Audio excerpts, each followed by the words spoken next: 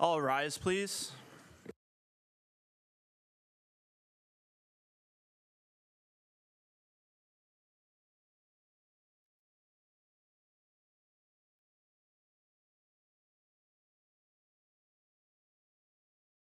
Good morning, everyone. If you'd please join me in O Canada, followed by a moment of quiet contemplation.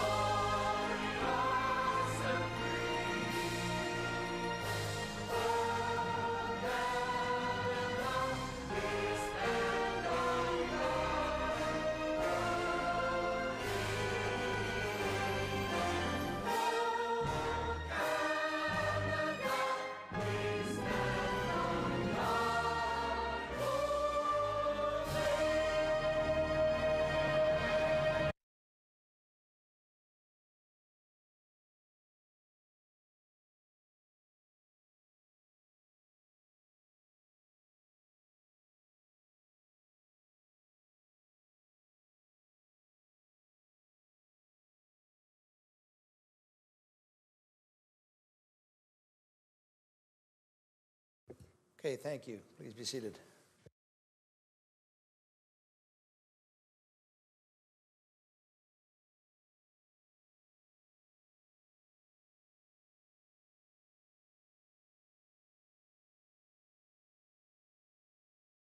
Just give us a few minutes to get set up here, and hope everybody had a great weekend. Didn't eat too much chocolate. Show up here full of caffeine, ready to go. Where did I put my glasses? So I'll look to my clerk for roll call, please. Jonathan? Thank you, Warden. So there's all members of council in attendance with a couple of exceptions.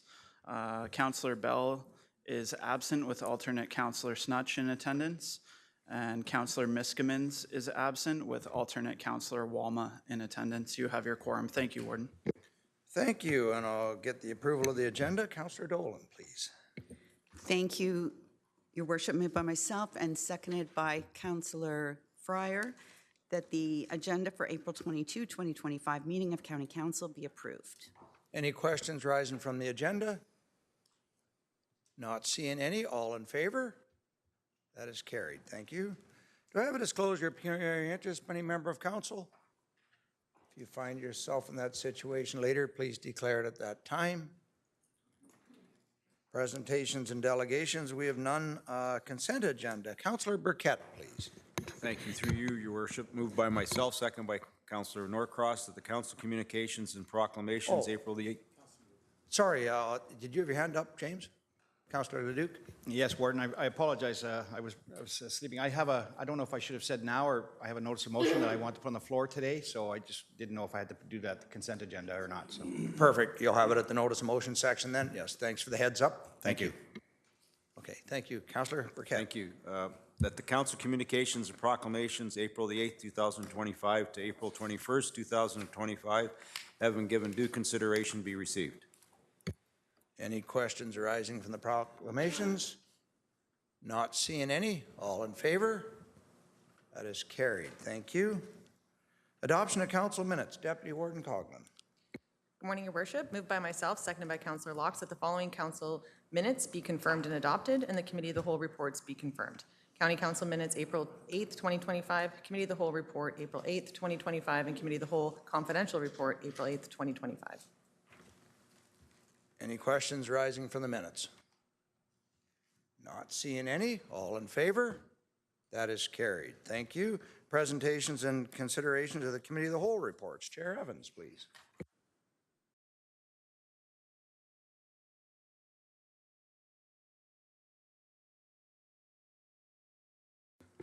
Thank you, Warden. I appreciate that. Committee of the Whole report for performance management for April 8th, 2025. Moved by myself, seconded by Councillor Norcross, that the performance management recommendations contained within the Committee of the Whole report dated April 8th, 2025 be approved, including the confidential item.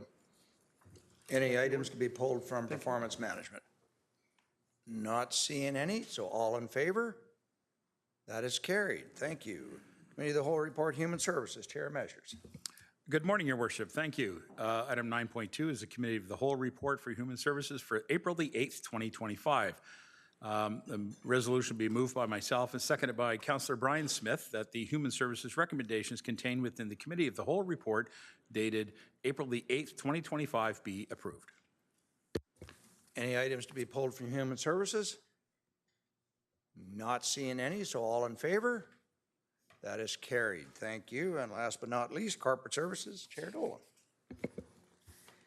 Thank you. Moved by myself and seconded by Councillor Norcross that the Corporate Services recommendations contained within the Committee of a Whole report dated April 8th, 2025 be approved. Any items to be pulled from Corporate Services? Not seeing any, so all in favor? That is carried. Thank you. Presentations and considerations of special committee reports, we have none. And presentations and considerations of county officers report, yes, we have one. So in front of us is that item CO 2025-08 dated March 25th, 2025 regarding council composition, public meeting summary, and bylaw council consideration be received. But I believe I have another motion to come on that. This is when you'd want it, Jonathan? No. Councillor Smith. Thank you very much, Your Worship, and good morning, councillors. I do have a motion I'd like to put forth with respect to the use of the weighted vote in council procedural bylaw, moved by myself and seconded by Councillor Measures. If I may put that forth now, Your Worship.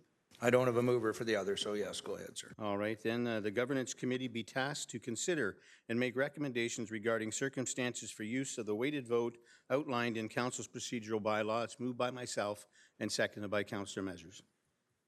Does everybody understand the motion? They want governance to take a look at when the recorded vote is used and when the weighted vote is used. So they would be reporting back to this council on that. Questions? Councillor Dolan. Thank you. Yes, for clarification. So then the recommendation would be to postpone the composition? No, not with this vote. No. Okay. This is just to ask governance committee as part of this, receive the report as well, wouldn't we, Jonathan? We'd take this one first. We'd do this motion and then we would continue to receive the report. The bylaw, of course, is a separate motion that'll come later. This is just giving direction to the governance committee to look at when the recorded vote and the weighted vote are used. And that's done through our procedure bylaw. No triple majority required for that. I think we were going to look at our procedure bylaw later this year anyway. It was kind of on the to-do list. We're just saying let's do it now. Any other questions for clarification? Councillor Leduc. Yes, thank you, Warden. I just, so this is a separate motion altogether over and above this report.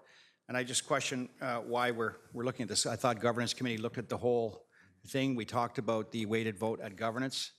It was came back as this report here that's here, the recommendation within that report. So governance did not want to look at the weighted vote. We talked about it, but it was not moved to change the way the weighted vote works. So I'm just concerned as to why we're looking at that now. It works good. The way I see it now, you only get to use it in council. So that's when you really need to use it. And so I don't have an issue with the way the weighted vote is structured right now. Okay, again, so I can't support this motion. Okay, the change the structure of the weighted vote would require a triple majority. If you're going to change the ratios on how the weight's redistributed, that's a separate, that requires a triple majority.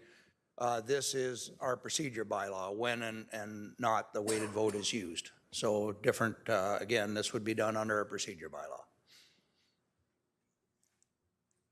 Seeing, looking for any other questions, comments, Councillor Smith, and then Councillor LeBoy.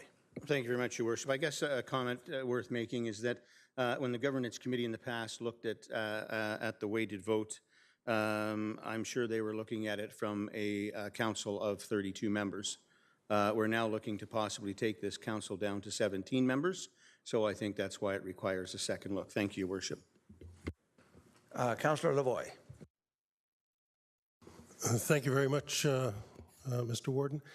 My question would be, would it also be possible to contemplate the definition of a quorum?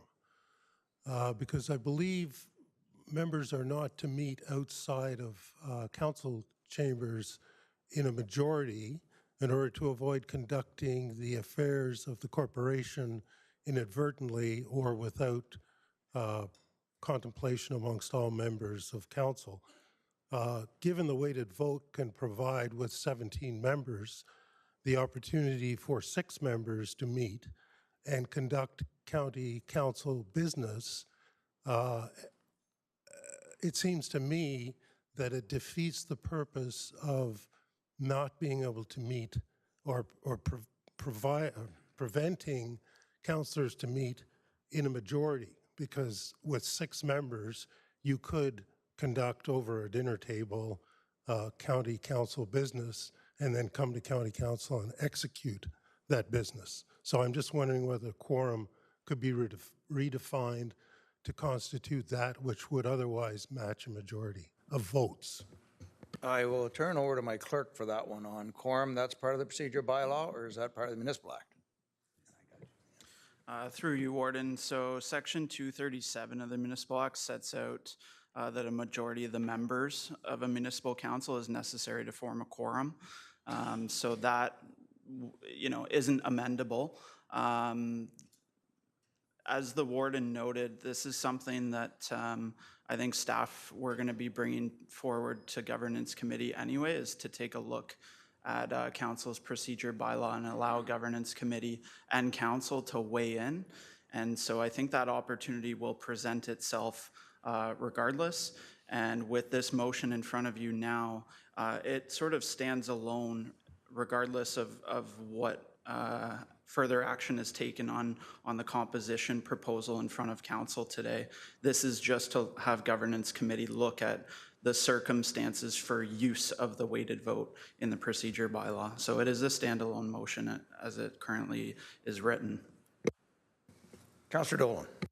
Thank you. I also just wanted to say that the Municipal Act is very clear on not material advancing the business of council other than in this council chambers, such as happened 2 councils ago with 17 members conducted business in the hallway.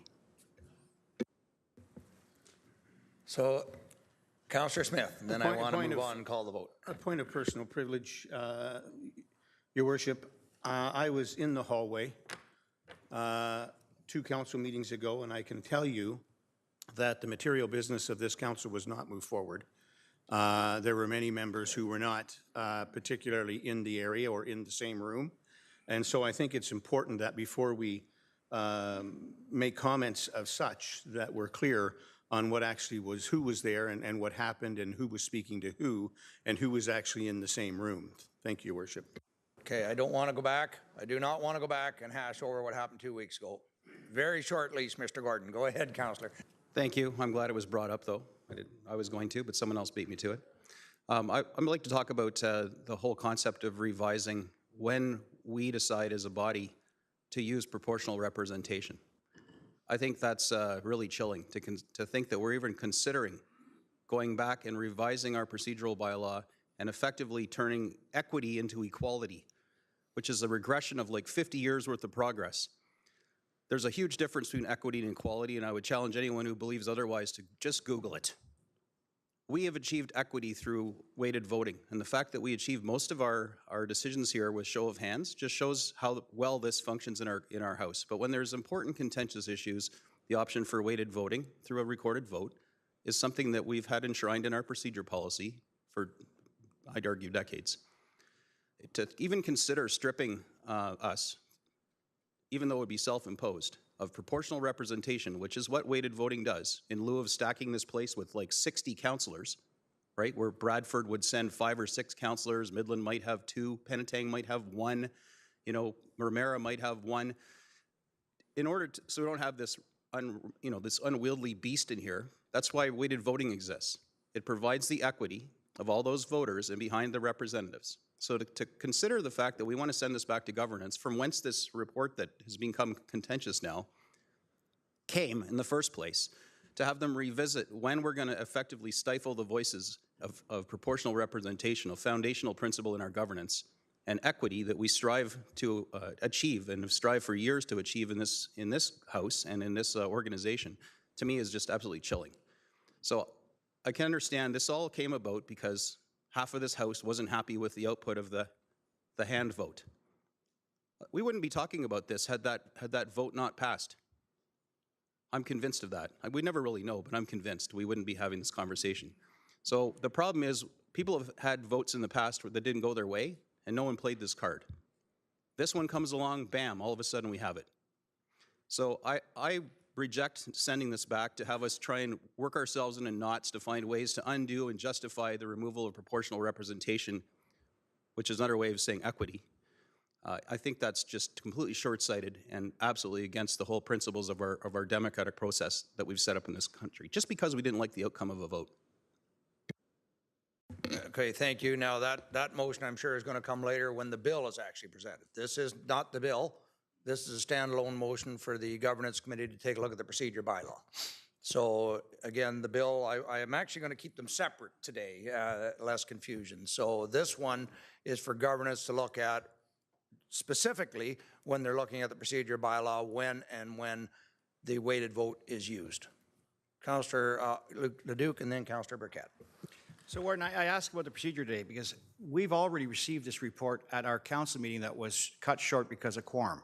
We had received this report already. We were down at the bill when this got so why are we revisiting this, and why are we having a new motion on the floor in regards to this? This was already supported and voted on, so it should have been just the bill we're looking at. This has already been passed by council once already, when we had quorum. And it was received, but not the bylaw confirming the proceedings of. And when I had the special meeting after, this was not on that special meeting. So this has not been received by council yet. This report was received and voted on in that meeting. But it wasn't carried by the, what's the name of the bylaw? The confirmatory bylaw. Didn't happen. Remember, I had to redo that meeting? This was not back on the agenda when I redid the meeting, so this hasn't been officially received yet. So it's back, that's why it's back So today. that vote doesn't count?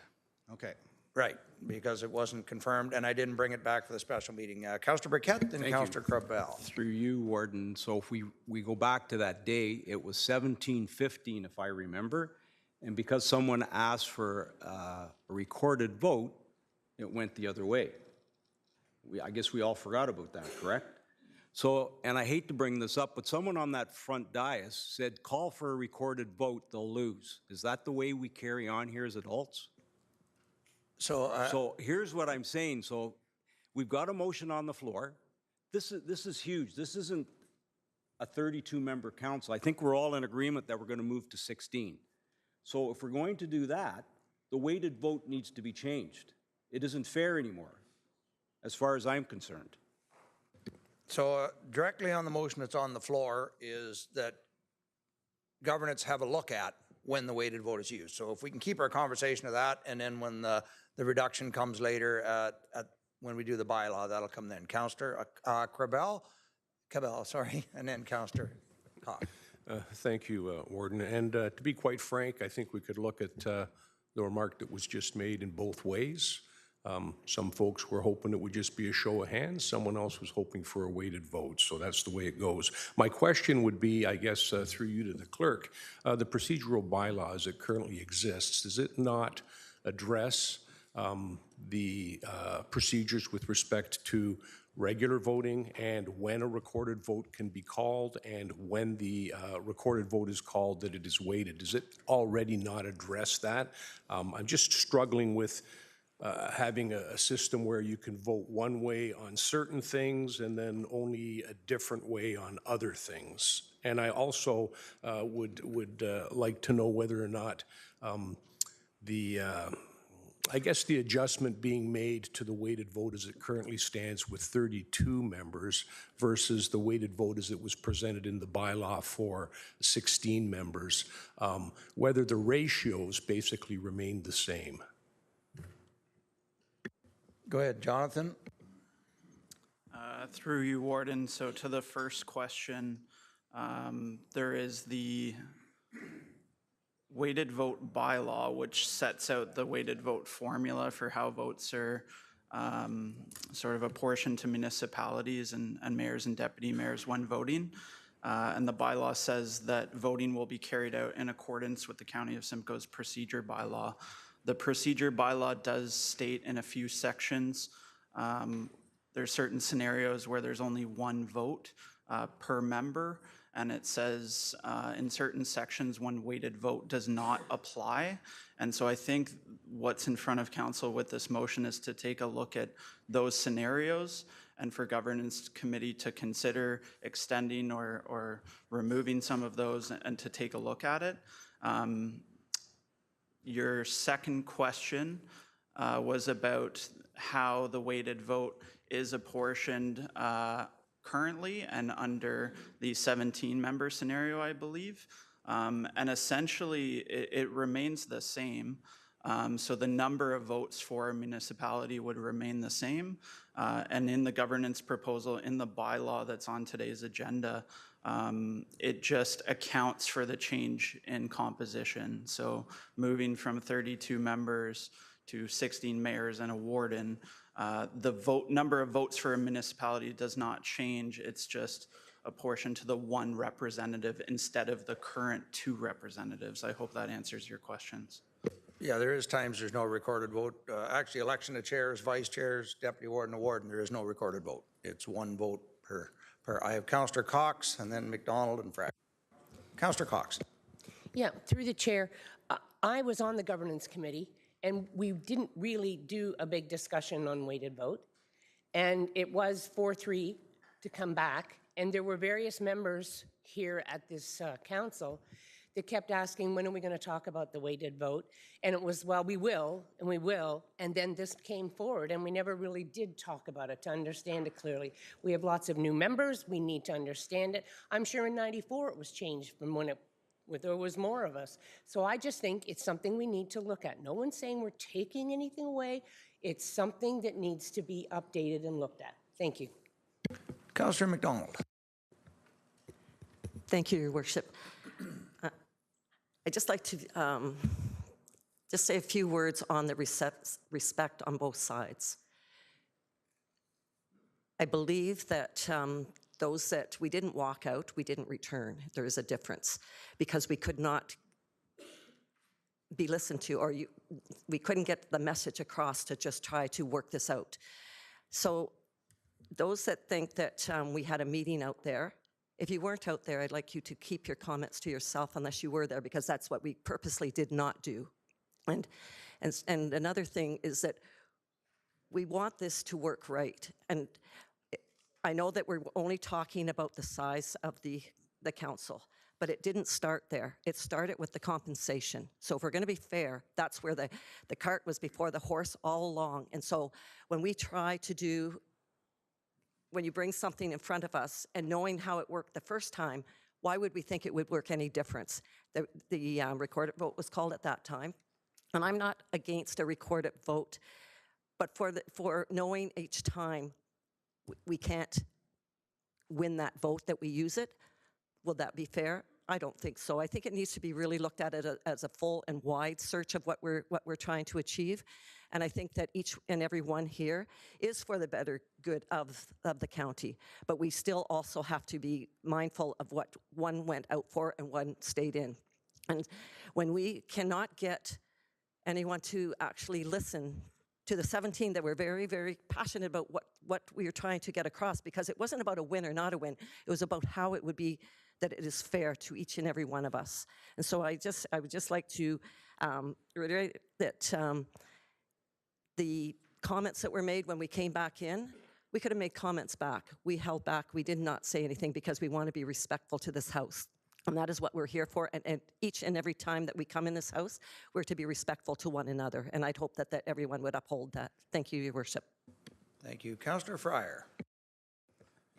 Thank you, Warden Clark. And I am having a little bit of trouble with the comment about 6 municipalities sitting down and conducting business outside, but I'm going to leave that.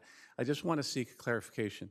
If this amendment goes through and the report's received and the bylaw goes through, will the Governance Committee look at it before the municipalities have come back on whether or not they've decided amongst the 16, which is an opportunity for a one vote from each municipality situation. So I just want clarification.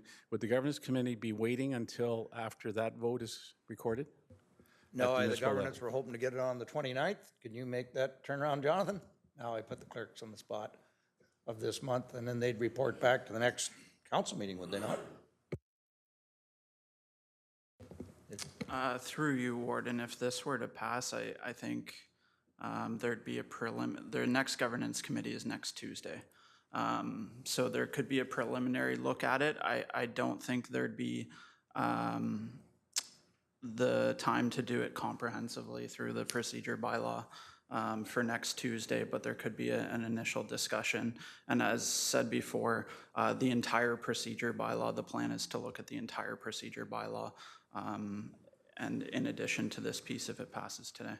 So this would just add on, come back when that report came back, probably in a month or so. Yeah. So just to follow up, so if, it seems to me like you'd want to wait until knowing what the municipalities are going to do, because if it's turned down at the municipal level, then that's going to have a factor maybe on things as you go forward. But that's up to the governance committee to decide, because I heard you say, and that was the other clarification I was going to ask, is when would the procedural bylaw come for review? Because it probably should be looked at in total anyway.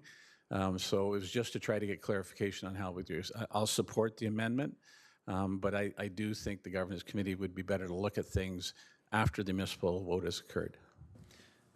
Either way, we have to look at the procedure bylaw anyway. And so the two can run in tandem because one doesn't really affect the other. Again, our procedure bylaw is how we govern ourselves, and when or when not we use the vote, because I know there's folks here that are concerned about the weighted vote now, even with 32 members. So again, they would run in tandem is what the intention would be. Councillor Measures. Thank you very much, Your Worship. To our councillors or chairs and to the worship, His Worship, I want you to know that I support what Councillor Cox said in regards to the Governance Committee deliberations, and Councillor Leduc is also correct. He was also at those meetings, and that is that we did discuss it, but we did not vote on anything specific about it. I would share with you that I think that the Governance Committee does have a responsibility to review this type of material and bring it back for your consideration, and then this House can vote on it. I think that it's pretty evident, given how things have transpired here over the last little while, that we do need to have a better look at how this works as far as the weighted vote system. And I think moving forward, this is a good recommendation that's brought forward by our colleague, Mr. Smith, to send this to governance and have this discussion so that we can get a better understanding and a clarity about the times and circumstances where a weighted vote would be used in the House to move the business forward. I think that there's a lot that we can do when we all stand together. It's very clear that this is creating a division across our House. It's very regretful, and I think that we need to find our better path forward to help us work better together to serve the greater good, et cetera, all the boilerplate things you want to say about our great communities. But the bottom line is we're all tasked with a job to get along. So let's do that with respect and have this very good deliberation at the Governance Committee. And frankly, to the Chair of Governance, our Deputy Warden, I would ask that maybe we have an opportunity for any of our members to send us their comments if they wish, that we could include them in our agenda when we meet as a Governance Committee. And I think that would be a best path forward for us to move this issue forward with great respect. And, once we get to the next vote, which is about sending it to our lower tier municipalities vote, they'll have better understanding about this issue, as it's obviously gained a lot of attention in the media. And so our lower tier members are certainly going to be very interested in some of this information as well. Your Worship, it's a difficult time, and I appreciate your leadership. Thank you. Keep in mind what the governance comes back again will be voted on this House at that time. Councillor Dolan. Thank you, Worship. I just want to start by saying that I see nothing wrong with periodically looking at all our procedures. Governance hygiene is a very important part of our job. So I have no trouble with looking at the procedural bylaw. Where I really struggle is this attachment that somehow composition of council and weighted vote are connected, because they are two totally separate things. We're looking at changing the composition. We're looking at keeping the weighted vote exactly the way it has always been since, I don't know when, 94. So I've never, in my years here, ever had anyone say that there was a fundamental issue with the weighted vote in the county of Simcoe. Nobody has brought a motion forward. Nobody has done anything to that until the composition came. And somehow now these two have glued themselves together. And so I'm saying absolutely, let's have the conversation, but let's keep them totally separate. Composition and weighted vote, because the only reason it's even in the bylaw to begin with is because they'd be held by one person instead of two people, but they're the same number. So the weighted vote would be the same. And, you know, I think we have to get past this kind of hurt feelings and sides discussion, and because it's not about that. It's not about us. It's about providing proper governance decades from now for this House. So it has nothing to do with personalities or who said what or who voted which way. It's, in the end, this House will have a vote and will decide on how this House will be run when none of us are here. Thank you very much. Thank you, and I am going to get the motion put up on the screen, which is to take a look at when the weighted vote is used at governance. Councillor Snutch. Thank you, Warden. I just have two questions. Being an alternate, I'm just trying to understand here. The composition of the governance board is made up of 7 people, I understand? 8. 8? Chairs, vice chairs, deputy warden, and myself. And how many of those people would benefit from the strong mayor, or sorry, from the weighted vote versus the people that sit on that are disadvantaged by the weighted vote? Is it 4-4 or? Yeah, we're kind of split down the middle, yeah. Yeah, do you know what the numbers are? I'm just trying to. No, but I mean, you got your chairs up here, myself, and then the vice chair. So it's I guess the best word, there's folks in both camps on the governance committee. It's about even. Okay, then my second question is, when this goes back to the municipalities, do the strong mayor's powers have any effect on this? I think we're talking on the second one now on the bylaw. On this one is just when the weighted vote's used, so I'll save that no, I meant for later. For the next one, yeah. Yeah, well, I'll take that one later then, Okay, Dave, when thank we you. get to it. Councillor Hamlin. Thank you, Warden. When this was first proposed this morning, I thought, okay, I sort of get it. We're going to look at the procedural bylaw anyway. I've got some ideas about the procedural bylaw. I'm sure we all do, having sat here for a couple of years. But now I think, and I just want to have it clarified, that really where we're at here is rather than the group that didn't want this to go through, the bylaw that's before us, unless we dealt with a weighted vote, as I understand it, if this motion passes, presumably the bylaw will pass that's before council today. And then this will happen as fast as can be, so that the members here will have the answer for the weighted vote when they go back to their local councils. So they'll be able to stymie in the same way that they tried at our last meeting. I used the word they as those who didn't want the bylaw. And it's just a matter of when the roadblock's going to come. Like, is it going to come with the bylaw that prompted the lack of quorum, or is it going to come afterwards at the local level where it gets stymied there? So I'm in favor of it being looked at in the procedural bylaw, but I'd propose an amendment after the weighted triple majority votes on the composition is dealt with. Thank you. Okay, I'll hold that for now. I have 2 comments, and we'll see if we have a seconder for your amendment. Councillor Cox and Councillor Burkett. I just wanted to say that I totally agree with what Councillor Dolan said. That's been going through my head the whole time. This is not about us. This is about the future. So we have to make sure we do it right. And if we've got confusion in this room, can you imagine what the confusion is out in the public? I have kept people on my council saying, so how are you going to elect the warden? What's going to happen? Well, I don't know. What is going to happen with this? These are things that we have to clarify. I would never do anything, and we've talked about this before, without a plan. And I have people who actually, and I am totally amazed, I have been to different places and people say, I watch the county council, what does this mean? And I go, well, I don't know, we're supposed to be doing this. We need to be very clear on everything we're doing. We've weighted vote, we're all not clear on that, and I'll guarantee you that the public isn't clear on that. The composition, that is clear. 32, 16, how are we going to elect the warden? How is the warden going to be hired? When does that happen? When we vote here with the election, then you come here and it goes there. These are all questions that I can't answer to people who are asking me. And I feel bad because I am trying to help this county go forward and hand this to the next generation. And we're sitting here going, what is this? What if we do? I don't understand this. Okay, Mike, it's on the motion that's on the floor. That's what we're speaking on. Go ahead. I'm Councillor good, Burkett. thank you, Warden.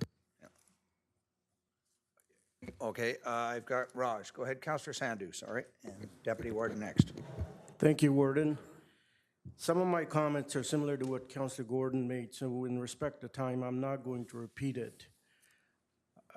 With all due respect, Warden, these two are tied. I know you're separating it, that this motion is separate, but in my mind, it's all tied into the bylaw that the composition bylaw that we're trying to look at. And I feel, and this is with all due respect, that this is just another tactic to delay it or get the way that didn't happen. The right thing would be to do what Councillor Hamlin said, or to look at this at the next council, meaning 2026. The incoming council can review it. Then it would be the proper way to do it. Right now, I can't support this recommendation. Thank you. Deputy Warden. Thank you, Your Worship. I don't see this as a roadblock at all. I think that if there is information being sought, and as we had heard our clerk said, we are going to be looking at this anyway, so this is not additional work. I think that if our residents have questions, and in order for the lower tier councils to make an informed decision, just go at it. Even if you don't like what you think the answer is going to be, it doesn't mean that you shouldn't look for the information. So I think that we should move forward with that. Okay, one more comment, then I'll call the vote on this motion. Councillor Leduc, did you have one more? Yeah, Warden, I just, first I'll comment that it should be a recorded vote for this motion also. And the second issue is, I think we've been through everything, and we had a public meeting on the composition, and this is tied to the composition, and I will support the amendment from Councillor Hamlin to do this procedure bylaw after we have looked at the composition. 16 members came out to the public meeting. 16 people came out, all in support of the composition being down to 16. Two speakers came to the council. One talked about population, vote by population instead of vote by electoral, and the other one talked about concerns over the reduction. But other than that, the public have had their say. We had a public meeting. We have had our say. So to me, there's no issue here. I think this is something that we can move forward on. This to me is absolutely, like others have said, this is tied to the composition. So I can't support it unless we have the amendment that this is dealt with after. But when it comes right down to it, every level of government has basically a weighted vote system. When you look at the federal level right now, you've got 148 seats in Ontario, 3 in PEI. So, you know, it's there. It's at every level, even at the regions. It's like, I think Councillor Gordon said, we would have a house of 60 here because you would have people, by population, you get your votes. So the weighted vote system works. It's a very good system, and I think it's been done well since '94, and I don't have an issue with the weighted vote. There's lots of times we don't get to use it, and that's fine. You don't get to use it, I'm okay with it. We've lost votes. I don't care about that. Look at today's report about the road networks. The roads we were doing, the extra money we found, that's in the north. It's all the north. I have no problem with that. I have no problem working with everybody. The issue is that the weighted vote is a very important system that has to be there. You have to have representation for everybody. It's not fair for a municipality that is maybe 40, 50,000 people to have 20% of the vote when it comes down to it. If you're going to go 1-to-1, that's 20% versus somebody else getting their 100% vote. So it's not fair that way. So it has to be fair. And this is the fairest way to do it. Thank you. Okay, and then I'll put the amendment on the floor. Councillor Dolan. Thank you. I just, in response to alternate Councillor Snutch, I just wanted to make one comment about, you're asking about who on the executive committee. You can't assume that because someone is on the lower end of the scale of the weighted vote that they were in support or against, because we have members who, Tay Township is one example. They have a total of 5 weighted votes on the lower end of the scale. Midland, who has 7 weighted votes on the lower end of the scale, who supported it. So it's not if you have a small weighted vote, you're against, and if you have a large weighted vote, you're in favor of the weighted vote. It's across the board, and I guess more philosophical than I would have thought it would be. Thank you. Okay, we're having a lot more discussion. This to me seemed like a pretty harmless motion. We would just forward this to the governance to have a look at it. And then refer back to this committee. Can we save our arguments for what the governance decides as opposed to arguing it out now and let governance bring a recommendation back? So if we've got anything new, I do have an amendment. Councillor Hamlin, you want this deferred until after the triple majority was completed? Was that the amendment? But I don't know if we can do that. The procedure bylaw, we kind of had to have a look at. It's kind of an ongoing process, was it not? Jonathan? Through you, Warden, I think I'll look to Councillor Hamlin, but I believe from what I heard, it would be that should the council composition bylaw achieve triple majority and be considered valid, governance committee be tasked to consider. So it's contingent on the bylaw achieving triple majority, that governance committee look at this. That's right. Thank you very much. Okay, so we can add that amendment, and I think Councillor Duke was going to second it. My concerns with that would be is we wanted to look at the procedure bylaw regardless of whether the triple majority goes through, and this is just part of looking at the procedure bylaw. So would we still have time to look at the procedure? Well, we wouldn't be able to look at the procedure bylaw to the end of the year then, and I kind of the intention was we would work on one document while the other one's off being voted on. Like I didn't want to stall the work of this House waiting for a triple majority. But anyway, that's my amendment. I'm getting it up here. Any comments on the amendment? Councillor Smith. Thank you, Worship. And I guess my comment before I go any further is about the amendment, but also about my original motion. So if I may indulge this House, I think what's important to note is, you know, we have got in the county to where we are today, being the best darn county in the country, in my opinion, because we've worked together. And I think that this is a pretty harmless request. Because at the end of the day, what we know for certain is this needs to be looked at. How do we know that? 17 members of this House did not come back. The majority of this House have a problem with the weighted vote. And the proof in the weighted vote and how it can be used has happened in the last 2 meetings and was suggested that we do it again in this meeting. And so the fact that the majority of this House didn't agree with it, didn't come back, I think says something. And I think it's fundamentally essential that we look at this, now more than ever before. And I think it's just important to point out that if your argument or your concern is fair representation, in any other level of government that I'm aware of, once you're elected, you have 1 vote. If in this House you have the option to ask for a weighted vote, which will skew the numbers from, you know, the majority vote, and that is vitally important. So if your argument is that because I have more people in my municipality than others in their municipality, then your argument should be made at no better time than now with respect to the makeup and the composition of this council. Yes, there are provinces that have 150 plus members and some that have 3. But that's the best way to do it. And so the argument then, if the argument is that my citizens in my municipality, because I have 50,000 versus you having 25, should have the same say, then this is absolutely the time to make that argument to change the composition of this council. Now, it may not be 16 plus a warden. It may be 19 then, or 20 plus a warden. But then it would be sure to be fair on all votes at all times. It would be the majority rules. And I just want to stress, the majority of this House did not return.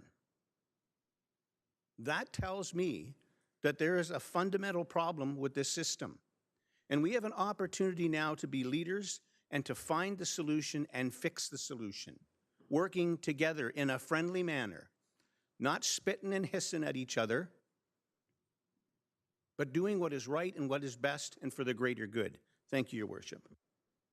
Okay, now, I do have an amendment now, so on the amendment, Councillor Fryer, was yours on the amendment or? Yes, on the Okay. amendment, All right. because that's the leaning I had when I spoke and asked for clarification from yourself and County Clerk. And I accepted the clarification on the basis that I am concerned about the time factor in looking at all this and getting it through. And we kind of dragged ourselves into this situation. But what I would like to have seen is to know what the municipalities are going to. I'm really concerned about whether or not that can be done in a timely fashion. So I had settled on, based on the clarification, that I wasn't going to push through to ask for it to happen after municipalities. And so I just wanted to say that because I had been leaning that way, and I wasn't going to support this at this time because I do understand, based on what you had said, the governance committee will look at it on an either-or basis and come back to us. If it's 17, it's this. If it's 32, it's this. And so I accepted that. So I just wanted to be clear about that because of my earlier statement. Thank you. Well, what the amendment's saying is the governance committee will only look at it if the triple majority carries. I would prefer it be either or. We look at it anyway. The two are going to run in tandem. It won't be back before the triple majority vote is sent out, but it's something we would look at over the course of the year. Councillor Burkett, on the amendment. Thank you. Through you, Warden. So on this amendment, with the strong mayor's power that some of us are going to receive, can they overrule council?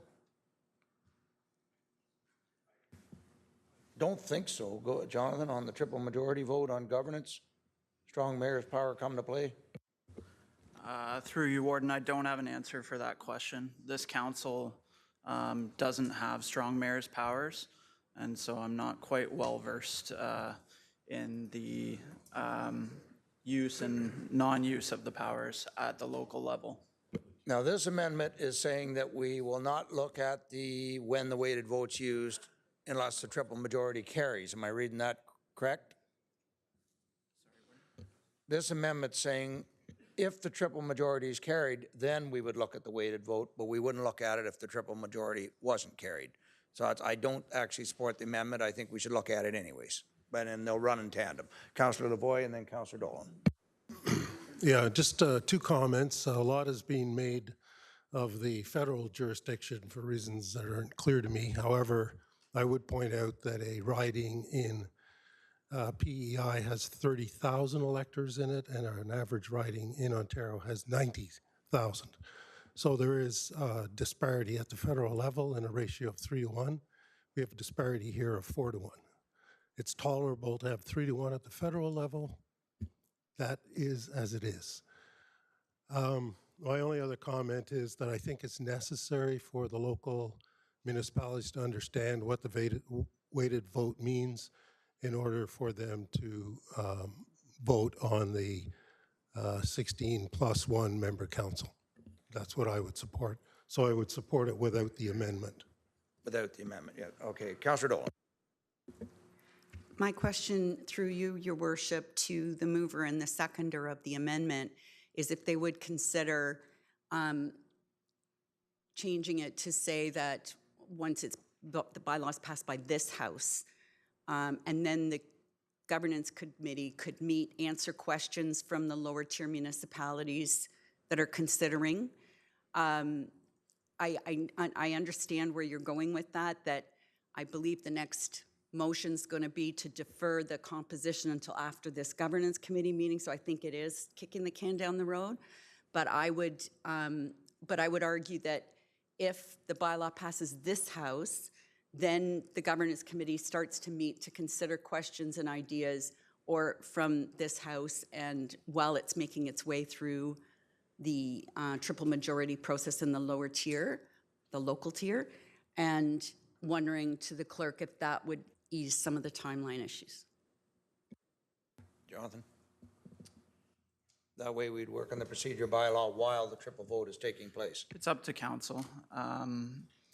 The plan certainly, if the bylaw was passed by council today, was to look at a number of things in the procedure bylaw.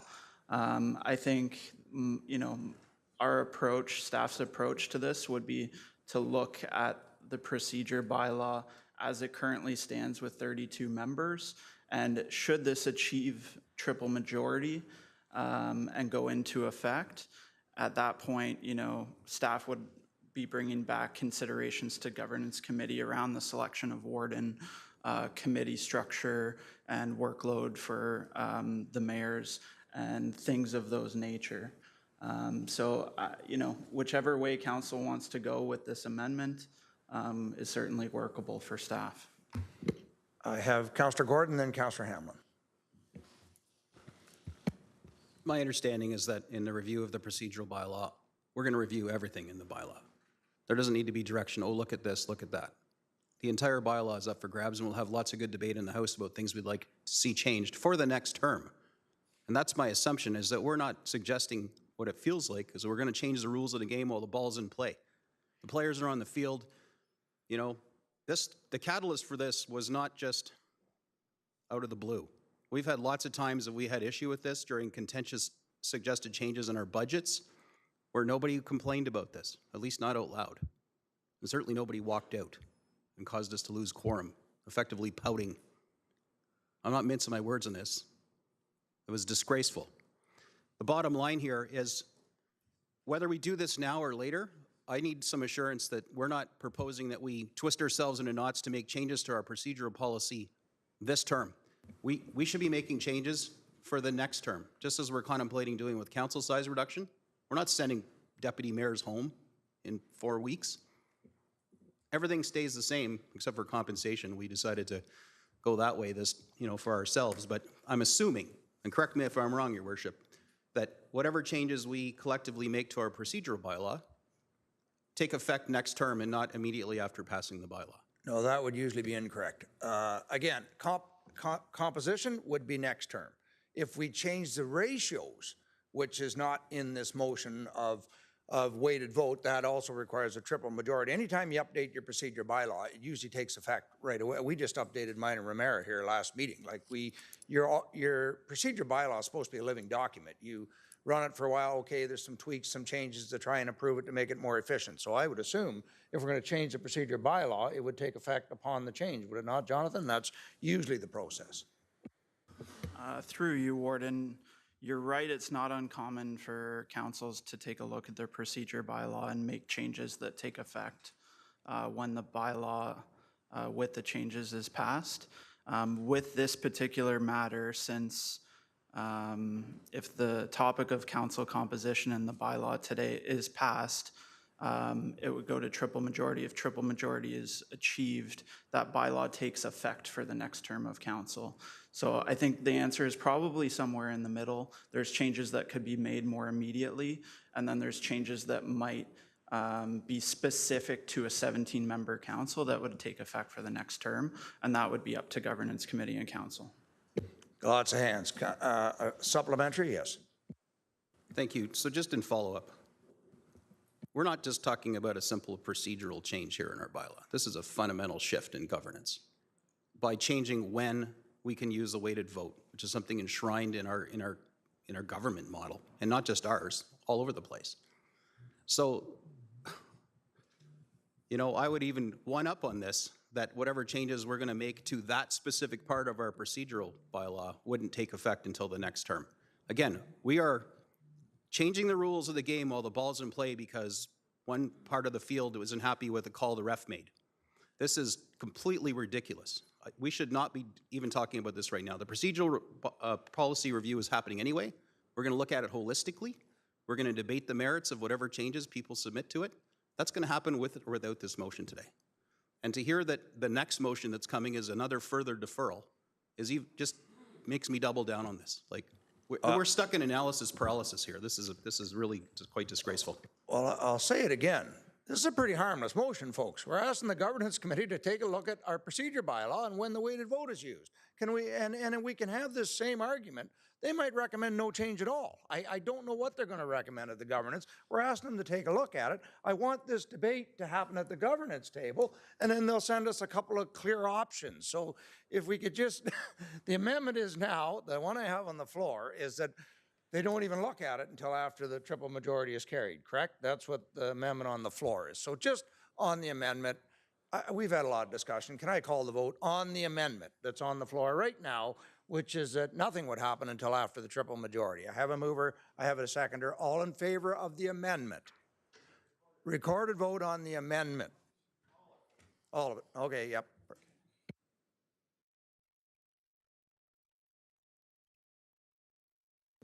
Okay, so the motion on the screen is... I'm calling the vote on the amendment. Make some clarity. How can we have a recorded vote on a recorded vote? Through the warden, the This is a motion on the recorded floor. vote is called on the amendment at this time. So it's to amend the main motion, and this would be a recorded vote. So the motion is up on screen that to amend the main motion to include the bolded wording. So this is to make governance committee looking at the circumstances for use of the weighted vote contingent on the council composition bylaw achieving triple majority. And so I'll look. I've got questions only on what they're voting on. That's all. Councillor Corbell. Just real quick, Warden, and thank you very much. In the event that this passes, does that prevent governance from looking at this particular option then? Yes. So if it's defeated, governance can't? Yes. No, I'm Can. sorry. If it's defeated, governance can't. So by putting the motion on the floor and possibly having it be defeated, we're tying governance's hands on looking at this motion, which they could have done in the due course of their normal activities. Correct. If this amendment passes, governance will not be looking at the weighted vote until after the triple majority, if this amendment passes. If it's defeated, then the next motion's on the floor, whether or not governance looks at it. Clarification, Councillor Walker. Thank you, Your Worship. I guess that begs the question, why are we voting on either one of them then? If this is something the Governance Committee is going to be looking at, why are we confusing things by voting and setting standards for that committee? I have all the faith in the world and that committee will come up with a proper decision or recommendations. This is just a waste of time, in my opinion. Thank you. We can always give direction to the governance committee if there's one or more issue we want them to look at specifically. And that's all this motion was to give direction while you're looking at the procedure bylaw, have a look at the weighted vote. Questions for clarification? Everybody's clear on what they're voting on? The amendment? All in favor? Go ahead, Jonathan. Okay, thanks, Warden. So again, this is the amendment to add the wording, should the council composition bylaw achieve triple majority and be considered valid, the governance committee take a look at the use of the weighted vote. So I'll start with Councillor Leduc, and I'll call out each member in alphabetical order. I'd ask you indicate yes or no. Councillor Leduc. In favor. This is on the amendment. Councillor McDonald. Opposed. Councillor McClellan. Opposed. Councillor Measures. Opposed. Alternate Councillor Walma. Opposed. Councillor Norcross. Opposed. Councillor Norris. Opposed. Councillor Prost. Opposed. Councillor Rawson. Opposed. Councillor Sandu. In favor. Councillor Brian Smith. Opposed? Councillor Michael Smith. Opposed. Councillor Snell. Opposed. Councillor Van Staveren. Opposed. Councillor Walker. In favor. Councillor Anderson. Opposed? Alternate Councillor Snutch. Opposed. Councillor Burkett. Opposed? Councillor Cabral. In favor? Deputy Warden Coughlin. Opposed. Councillor Cox. Opposed? Councillor Dolan. In favor. Councillor Evans. Opposed. Councillor Fowler. In favor? Councillor Fryer. Opposed? Councillor Gordon. In favor. Councillor Greenlaw. Opposed. Councillor Hamlin. In favor. Councillor Locks. Opposed. Councillor LaRose. Opposed? Councillor Lavoie. Opposed. And finally, Your Worship. Opposed. Warden, that's a weighted vote of 47 in favor and 98 against. That'd be defeated. Defeated. Okay, on the main motion now, we've had plenty of discussion on it. I'd like to call for the vote on the motion, which we'll just get it up on the board, which is just giving permission to governors to look at the weighted vote as part of the procedure bylaw. A recorded vote's been requested, Councillor Leduc, I believe.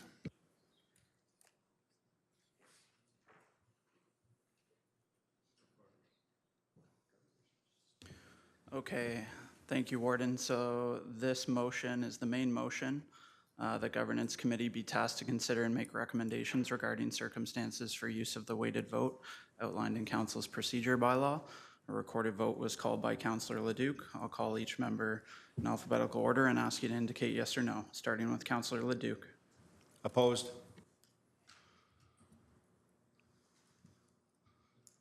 Councillor McDonald. In favor. Councillor McClellan. Opposed. Councillor Measures. In favor? Alternate Councillor Walma. In favor.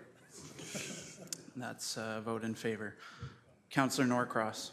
Opposed. Councillor Norris. Opposed. Councillor Prost. In favor. Councillor Rawson. In favor? Councillor Sandu. Opposed. Councillor Brian Smith. In favor? Councillor Michael Smith. In favor. Councillor Snell. In favor. Councillor Vince Stavern. In favor. Councillor Walker. Opposed. Councillor Anderson. In favor? Alternate Councillor Snutch. In favor? Councillor Burkett. In favor? Councillor Cabral. Opposed. Deputy Warden Coughlin. In favor. Councillor Cox. In favor? Councillor Dolan. Opposed? Councillor Evans. In favor? Councillor Fowler. Opposed. Councillor Fryer. In favor. Councillor Gordon. Opposed. Councillor Greenlaw. In favor. Councillor Hamlin. Opposed? Councillor Locks. In favor. Councillor LaRose. In favor? Councillor Lavoie. In favor. Finally, Your Worship. In favor.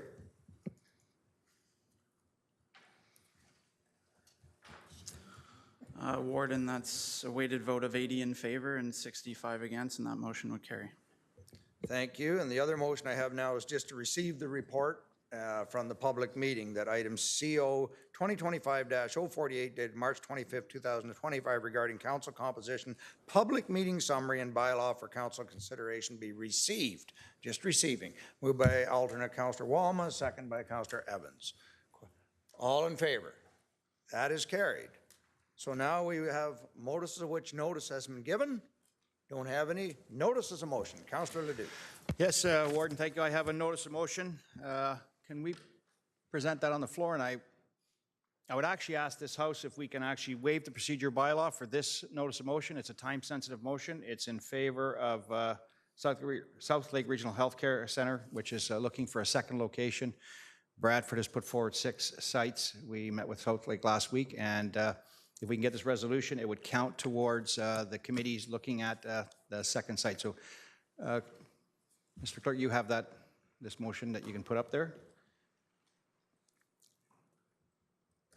I'll look for direction from the clerk. So we'll get the notice of motion up on the board first, maybe a little preemptive while we're doing that. James, Councillor Leduc. So they're looking for a second location. You're proposing some sites in Bradford. Yeah, just to give more context to it, South Lake has went through a proposal for a second hospital. They're looking at locations within York Region, and because South Lake, our catchment area is Bradford, West Glenbury also. So we had 4 proponents put up 6 sites, and we met with South Lake last week to discuss these sites. They've all made significant donations towards this, and Bradford is very much in support. As you know, we're competing with York Region, and we're looking for County Council to help with support. It would just put more weight behind our proponents and help us hopefully land and secure a second site for South Lake within Simcoe County. So if you'd like me to read the motion, I have it in front of me. Okay, so my motion is moved by myself, seconded by Councillor Sandhu, and it's whereas South Simcoe County is one of the fastest growing regions in Canada, and whereas South Lake Regional Health Centre, which serves South Simcoe County, is among the most over-capacity hospitals in Ontario.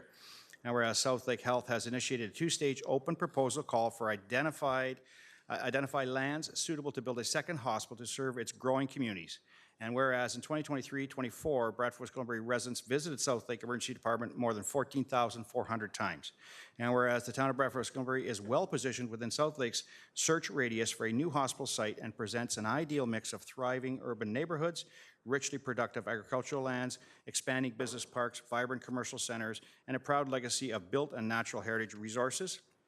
And whereas the town of Bradford West Glenbury is readily accessible via the Yonge Street Corridor, Highway 400 and Highway 404, the soon-to-be-constructed Bradford Bypass, and is well served by GO Train, bus services, as well as Simcoe County Links Transit and BWG Transit Systems.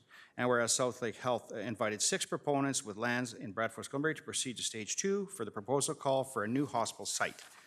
And whereas the proposed hospital sites are located in close proximity to the Bradford settlement area and can be served via existing capacity within the town's water and wastewater treatment systems.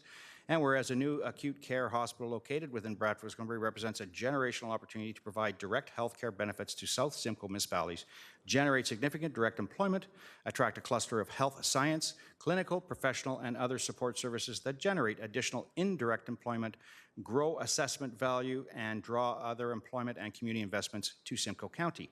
And whereas through Simcoe County Hospital Alliance funding allocations initiated in 2007, Simcoe County Council has proudly supported the capital investment needed for our community hospitals.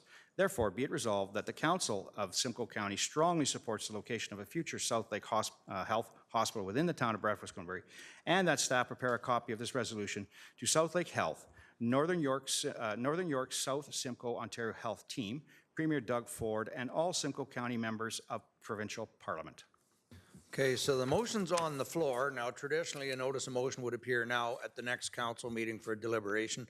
What Councillor Leduc's looking for is us to waive the procedure bylaw so we can speak on the motion today. So that would require a 2/3 majority if we want to put a direct motion on the floor. So that's, before we speak on the actual notice of motion, what we need now is the House to waive the procedure bylaw to allow it to deal with it today, not in 3 weeks. So is everybody clear on what we'd be looking for here? So I'd need a motion to waive the procedure bylaw, Councillor Leduc, seconded by Councillor Sandhu. Any questions on waiving the procedure bylaw? For a 2/3 majority? All right. Yes, Councillor Leduc. And Gordon, I'm only asking for this because it's very time sensitive. We don't have time to actually wait for the 3 weeks. This has to get down to them ASAP because we presented last week. They're doing their analysis this week. So we're hoping to get it into their hands this week. Okay. Councillor Norcross. Thanks, Your Worship. I appreciate where Councillor Leduc's coming from. But at the same hand, you're trying it also Simcoe. So why is it so sensitive for the next 3 weeks? We're in a Stage 3 for New Stevenson Memorial Hospital, and we haven't got that funding yet to break the ground that where we want to be. So I'm just curious why it's so sensitive that it has to be now. Has the province agreed to building this hospital? Councillor Leduc and then Sandhu. Yeah, it's just that it's very time sensitive for the site location. So the funding is not there for the hospital, but it's for the site location. They need to move the site location. They're selecting that within the next couple of weeks. We want it to be have this in our favor. It's a resolution just in support of what Bradford's doing. So it's a time sensitive resolution, and we're hoping to get that through now. There's no commitment from the county council other than just to say that they're in support of Bradford's request, so. So we'll keep our comments to the time-sensitive issue. Councillor Sandu? Thank you, Your Worship. Yes, I just wanted to add that it is very important that we get this before that committee in this time. And as you can see from the motion, there's no financial implications for this county. We're not asking for any funding or anything, just the support of this body to say, yes, we agree with what Bradford is asking, and that's going to serve the residents of Simcoe County. Thank you. So on whether we deal with it today or in the future, Councillor Norcross, a supplementary, and then I'll go to Councillor Walma. Thank you. I just want to say to Councillor Sandu, if you're not asking for financial compensation or money, I think my response is yet. So, because I'm sorry, Your Worship, but I think that ask will have to come. If I'm not mistaken, you've tied in the Simcoe County Hospital Alliance into this motion. Am I Well, we correct can on that? discuss the motion if we decide to Okay, do it thank you, today. Your So this is on whether or not we waive it. For now, is yours the same? So we'll wait. So yeah, do we waive it and deal with it today or deal with it in 3 weeks? I have the two councillors saying it is time sensitive. Councillor Dolan. Thank you. I totally understand the ask. Unfortunately, I can't support because I would have to go back to my council first to get their opinion on this. As you probably know, that there is a site selected just up the road on County Road 4. The site's been purchased, the groundbreaking has happened, and we're in, I forget what stage, 1.2 or whatever of the planning procedure. So I would want to be sure first, before supporting something like this, what impact that might have on a site that's, 15 minutes down the road. Thank you. Okay, so on waiving the procedure bylaw, whether we proceed today or the notice of motion will return in 3 weeks. All in favor of waiving the procedure bylaw? We're going to need a count. Just if you're in favor.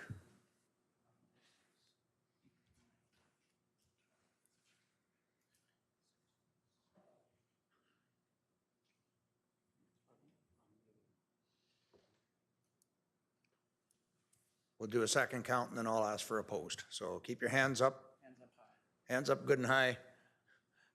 The old days we do a standing vote.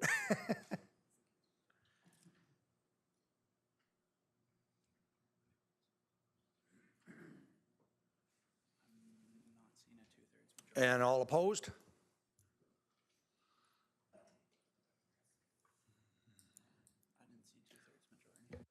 We did not have 2/3 majority, so it will now, the notice of motion will return at our next council meeting. Yes, Councilor Worship, can I request a recorded vote?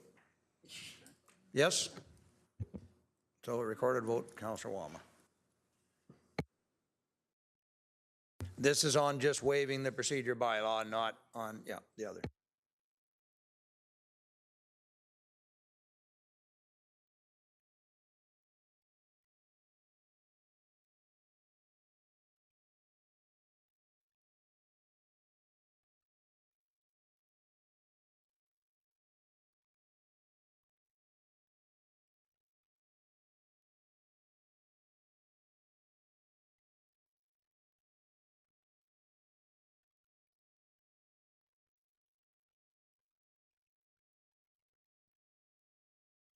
Okay, Warden, thank you.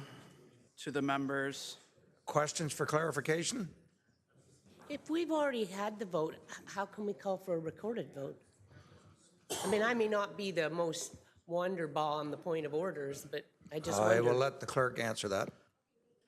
It is permissible, as outlined in council's procedure bylaw, to have a recorded vote called after the vote has been taken, as long as council hasn't moved on to a different topic. So unless there are any questions through you, Warden, I can proceed with the recorded vote. Yeah, it's immediately following. Go ahead. So thank you. This is a motion to suspend the rules to waive notice on the notice of motion brought forward by Councillor Leduc regarding the hospital site. And recorded vote was called by alternate Councillor Walma. So I'll start with alternate Councillor Walma. And again, this is to waive the notice.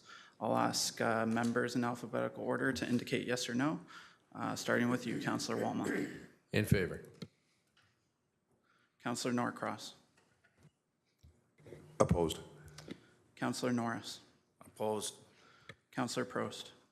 In favor. Councillor Rawson. Opposed. Councillor Sandhu. Favor. Councillor Brian Smith. In favor? Councillor Michael Smith. In favor. Councillor Snell. In favor? Councillor Van Staveren. In favor. Councillor Walker. In favor? Councillor Anderson. Opposed? Alternate Councillor Snutch. Opposed? Councillor Burkett. Opposed? Councillor Cabral. In favor. Deputy Warden Coughlin. Opposed. That's an opposed. Councillor Cox. Opposed? Councillor Dolan. Opposed? Councillor Evans. In favor? Councillor Fowler. Opposed? Councillor Fryer. In favor? Councillor Gordon. In favor. Councillor Greenlaw. In favor. Councillor Hamlin. In favor. Councillor Locks. Opposed? Councillor LaRose. Opposed? Councillor Lavoie. In favor. Councillor Leduc. In favor? Councillor McDonald. In favor? Councillor McClellan. In favor. Councillor Measures. In favor. And finally, Your Worship. In favor. Just give us one moment to tabulate, please.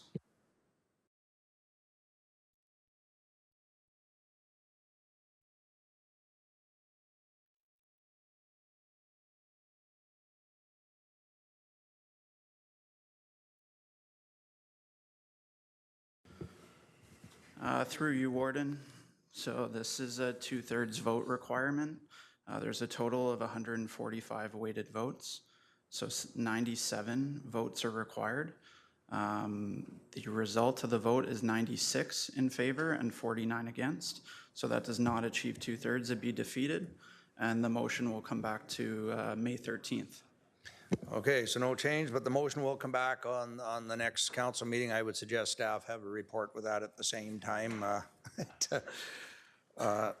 if there is any potential cost. So with that, that's our notice of motion. Closed session, we have none. Consideration of bills. Who's got my bill? Councillor Norcross. Thank you, Your Worship. Moved by myself, seconded by Councillor Leduc, that bill number 7119-25 be reenacted as a bylaw of the County of Simcoe. This is the composition bylaw. So That's why I didn't pick you. all right. So this is the big one, folks. So if there's no amendments to this motion, Councillor Leduc. We're going to have to call a recorded vote for this, right? Yes. Yeah. Yeah. Councillor Walma. Thank you, Your Worship. Through you, I sat through silently on the first portion, and I guess what I'm going to try and speak as candidly as I can. There's concern from both sides, and to me, this isn't about, we've been using a lot of buzzwords like equity and equitable, et cetera. This is about a shift in power. That is what it is. It is people on one side in rural areas that are concerned that they lose that sober second thought. And I think today there were multiple occasions where the mayor and the deputy mayor did not vote on the same side. That happened at the walkout meeting that we talked about as well. Midland was one of those examples. Sorry to point people out, but I just want to say that happened. So I understand. I actually think that just because we were talking about it at the time, that was a great example of the use of procedural strategy to make a point. When we make this switch, we are essentially shifting the power to 8 people on the top half of the population scale versus 16 people. And today's olive branch was, let's look at the procedural bylaw. Hopefully we can support that because we see that this is essentially some people relinquishing some power with others to gain. I'm glad that motion passed because now I can support going to the 16. The other way I wouldn't have been able to. So thank you. Councillor Anderson. Thank you, Your Worship. I've made my comments known in the past that I don't support a reduction in size of county council. I don't believe this is the right choice. I think it's the easy choice. And I don't think we've looked at everything to make sure what the right choice is. I'd also be remiss if I didn't say, for the rural municipalities who have not been afforded an opportunity to grow by this county itself, by the planning department, over years, to turn around to the governance structure which says you can't, your weighted vote does not increase it. And I'm not saying that's not right or fair, but what I'm saying is we have multiple municipalities in this room who have not been afforded the opportunity to grow, which has in effect caused a disparity between members here at this table. And I think the concern is that if you had the opportunity to grow and everyone had equal share, then by all means, the vote would be fine. But I also do believe the vote, the recorded or the weighted vote bylaw was in 2002. Well, maybe it's time to actually look at that. Maybe the parity in this House in 2002 is different than it is now, because I believe it is. And so the ratio of an increase to every 2,000 in population for a vote, maybe that needs to be 10,000. Maybe there needs to be other aspects of this being looked at, because I believe in 2002 the parity was fine. Municipalities were about equal for some of the smaller municipalities, but for myself, and I don't like to bring in Agitas Toronto very often as I sit here as a county councillor, but for years we were told we can't grow, and that has resulted in me not having a weighted vote here at the county council. And so if we want to be fair, we have to look at this holistically. We have to look at all the options and just not pick the easy one. Thank you. Any other discussion on the motion? Councillor Burkett, I believe you have an amendment. Thank you, through your worship, that the draft county or the council composition bylaw be referred to governance committee to consider and further evaluate the weighted vote formula for a proposed 17-member council. You have a seconder? Councillor Rawson. Yeah, okay, and what this is doing is because the composition to go from 32 to 16 requires a triple majority. If we're looking at the ratio or the different charts on how the weighted vote is done, that also requires a triple majority. So this would send it back to governance to report on, there was different charts in there that if they want to have a look at possibly changing the structure of the weighted vote. Not when it's used, the actual structure. Any comments on the referral? Councillor Smith. Thank you very much, Your Worship. I support this referral, and I think it's important to point out, Wasaga Beach, I believe, is the 4th largest municipality in this House. And Wasaga Beach, followed then by Collingwood. This is not for me about being larger or smaller, having more weight in the vote or not. It's about what is fair and equitable to all of our communities. And again, I go back to the majority of this House did not return. Yet the vote was taken, or it wasn't taken, but would have been taken and passed because of the weighted vote. I think it's also important that we look at when it is used. And today, again, is another excellent example of using the weighted vote to attempt to get what it is you require. And what really concerns me is today in this House, a vote was taken, the majority said one thing and should have been done, but then there was an opportunity for a member to ask for a recorded vote, which could very well, it did change the number. It, fortunately, in this case, I guess, didn't change the outcome. So just think about that. We take a vote, and the majority says, we want to go left. And the minority then says, don't like left, recorded vote, please, and then we go right. How is that fair and equitable? Again, I come back to, if your concern is about equity, then your argument is in the composition of this council, not in a weighted vote. Thank you, Your Worship. Okay, on the amendment, I've got Councillor McKellen and then Councillor Hamlin. Thank you, Warden. I keep hearing the statement, the majority of this House did not return. And they didn't. However, they did not represent the majority of electors, and I think we're losing that point in this discussion here today, is the weighted vote was created to make sure there was proportional representation. That's equitable. If we want to go 1 for 1 and all our votes is heads up, it's 1 for 1, then let's split the county tax levy 1/16.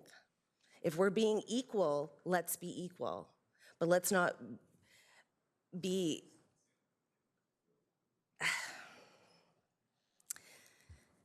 that would be the cost of my weighted vote, is that we send equal amounts of money to the county too. Because we're losing, in this conversation, I feel like we're talking about whether the majority was in the chambers or outside of the chambers. The ones that didn't come back, they held the majority, but they didn't hold the majority of the electors in Simcoe County. And that, I think we need to remember. I had Councillor Hamlin, I believe. Yes, thank you, Warden. Just briefly, I started looking at just as I've been sitting here, at other regional governments, and weighted vote is quite popular. And I think we have to remember the reason we would have a weighted vote is that it's more efficient. And because the alternative is, as has been mentioned earlier, you have as many councillors here as is needed to represent their population. So we can sit here with a 40-member, a 60-member, whatever it would take to make sure we have enough councillors to represent their population, and it would be wildly different. You know, Bradford, West Gwillimbury, as someone said, maybe they'd have 10. Maybe Collingwood would have 5. Maybe Romero would have 1. That's the alternative. And that's why we've ended up, I am sure, with weighted votes, because it's too unwieldy to have a house that big. And I just wanted to make the point, it's not one vote and a majority when we're voting here. We are sitting here voting when there's a weighted vote situation based on our population, and that is the system in Canada. We didn't make it up here, 30 years ago. That's the system. Thank you. Thank you, and I'm just going to get the amendment put up on the screen if everybody can see it for the referral, and Councillor Fryer. Thank you, Warden. And I don't support the referral for the reasons I've already stated, which had to do with when we put the amendment through. I believe that the Governance Committee is going to look at it in an either-or situation, and I'm willing to let you come back with the recommendations or the options that are presented. So we need to get this to our council tables and see what their consideration is in regards to the composition. Thank you. Thank you, Alternate Councillor Walma. Comment, then I'll call the vote. You asking for a recorded vote? No. All right. So, all right, on the actual amendment. Yes. I'll call for the recorded vote. Okay, here. recorded vote on the amendment. Just in case it works for us. Not sure. Oh, it's a referral. Yes, it's not an amendment. This is a referral to refer it back to governance, to look at the charts once again that were provided. We're ready. Okay, thank you, Warden. So this is a motion to refer the draft council composition bylaw to Governance Committee to consider and further evaluate the weighted vote formula for a proposed 17-member council. It would have the effect of there being no vote on the bylaw today, so it would go back to governance. There was a request for a recorded vote called by Councillor Leduc, and I'll go through each member alphabetically and ask that you indicate yes or no on the referral motion, starting with Councillor Leduc, please. No. Councillor McDonald. Yes. Councillor McClellan. No. Councillor Measures. Yes. Alternate Councillor Walma. No. Councillor Norcross. Opposed. Councillor Norris. No. Councillor Prost. Yes. Councillor Rawson. In favor? Councillor Sandhu. Opposed. Councillor Brian Smith. In favor? Councillor Michael Smith. In favor. Councillor Snell. In favor? Councillor Vince Daverin. Opposed. Councillor Walker. Opposed. Councillor Anderson. In favor? Alternate Councillor Snutch. In favor? Councillor Burkett. In favor? Councillor Cabral. Opposed. Deputy Warden Coughlin. Opposed. Councillor Cox. In favor? Councillor Dolan. Opposed. Councillor Evans. Opposed? Councillor Fowler. Opposed. Councillor Fryer. Opposed. Councillor Gordon. Opposed. Councillor Greenlaw. In favor? Councillor Hamlin. Opposed. Councillor Locks. Opposed. Councillor LaRose. In favor? Councillor Lavoie. In favor. And finally, Your Worship. In favor.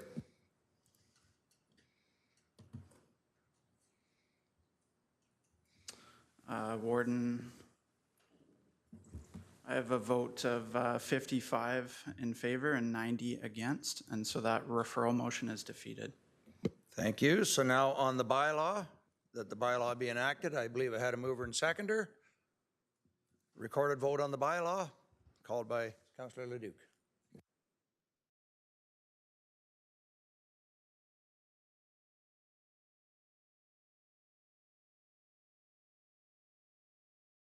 Okay, this is a recorded vote called on the motion that bylaw 7119, this is the council composition bylaw, be enacted. And a request for a recorded vote was called by Councillor Leduc. I'll ask each member in alphabetical order to indicate yes or no in favor or opposed to enacting the bylaw. Starting with Councillor Leduc, please. In favor? Councillor McDonald. Opposed. Councillor McClellan. Yes. Councillor Measures. Opposed.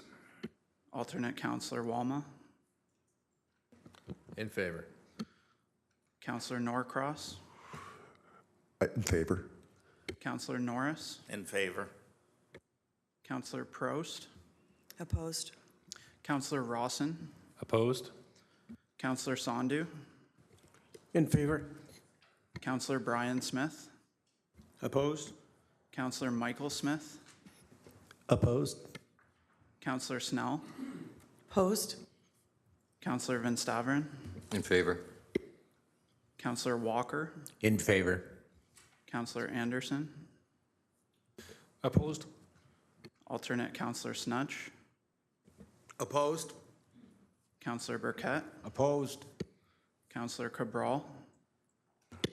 Sorry, in favor? Deputy Warden Coughlin. In favor. Councillor Cox. Opposed? Councillor Dolan. In favor? Councillor Evans.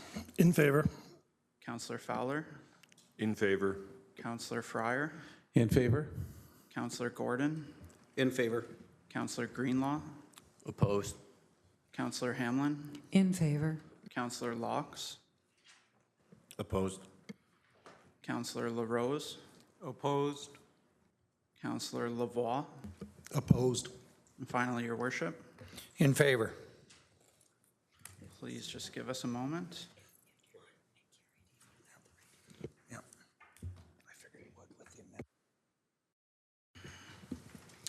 Warden, there's a weighted vote of 91 in favor and 54 against. And so that motion's carried. And I'd just like to remind members that this bylaw is not a done deal.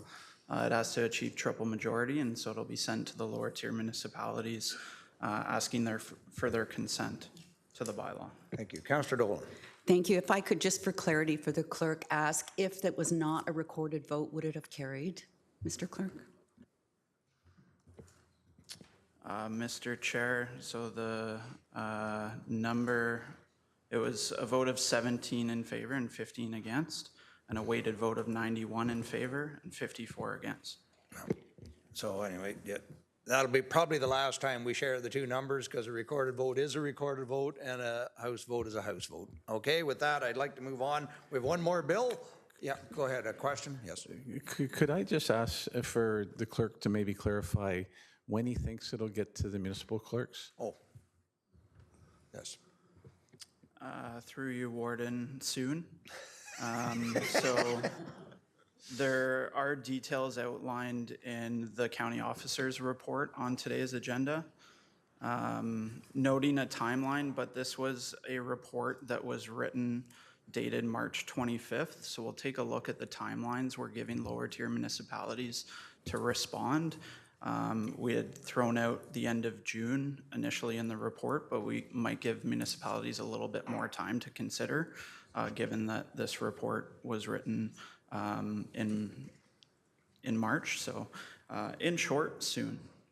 Yeah. I appreciate the clarification on that. Thank you, Warden. Yes. Okay, and I think you have one more bill, Councillor Norcross, before we get on to announcements. Yes, I do, Your Worship. Thank you. Moved by myself, second by Councillor Burkett, that bill number 7125-25 be enacted as a bylaw of the County of Simcoe. Questions on that bill? All in favor?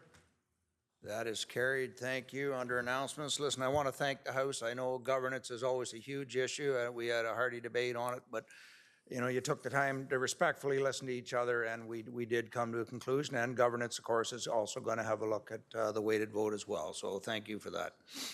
Any other announcements? Not seeing any, so I will look for the confirmatory bylaw. Councillor Norcross. Thank you, Your Worship. Through you, moved by myself, second by Councillor Burkett, that bill number 7126-25 be enacted as a bylaw of the County of Simcoe. On the bylaw, all in favor? That is carried. Thank you. And I'll look for a motion that the April 22nd, 2025 meeting of the County Council be adjourned at 10:36 a.m. Moved by Councillor Mesier, second by Councillor Fowler. All in favor? That is carried. And then we'll reconvene at 10:45 for our committee of the whole. Can you walk me out, sir? All rise, please.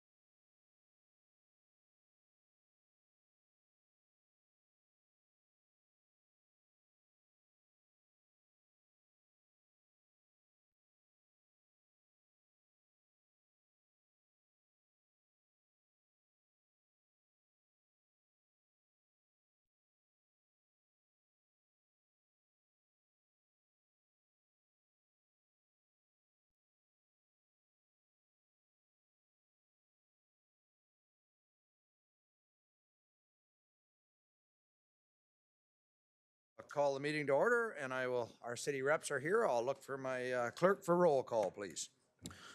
Thank you, Warden. So in addition to the members present at County Council, we're joined by the city representatives. Aurelia Councillor Durnford, Aurelia Mayor McIsaac, Barrie Councillor Nagusi, Barrie Mayor Nuttall, Barrie Councillor Rietma are present.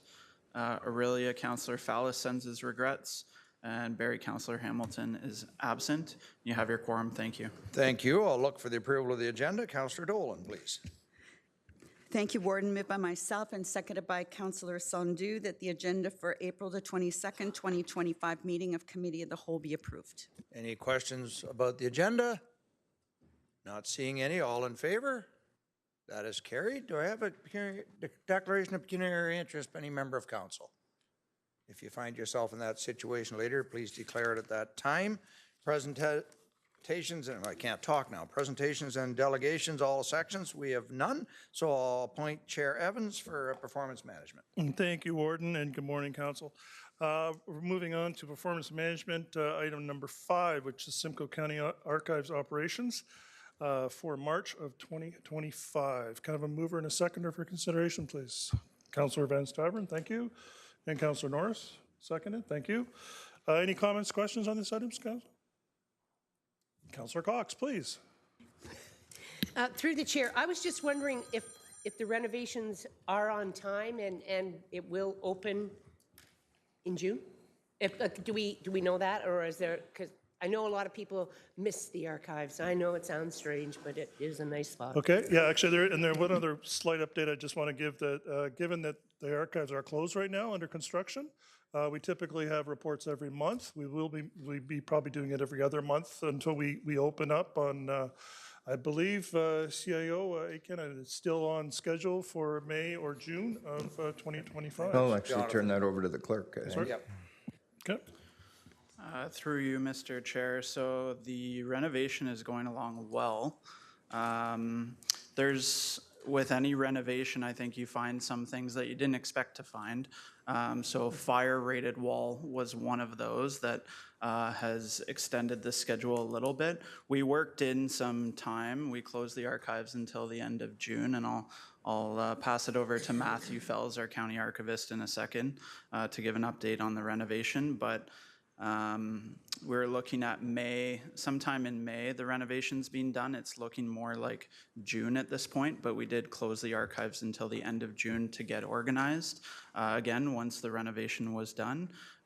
So we're tracking pretty well, I'd say. I'll turn it over to Matthew Fells, the county archivist, if you have any further comments, Matthew. Thank you.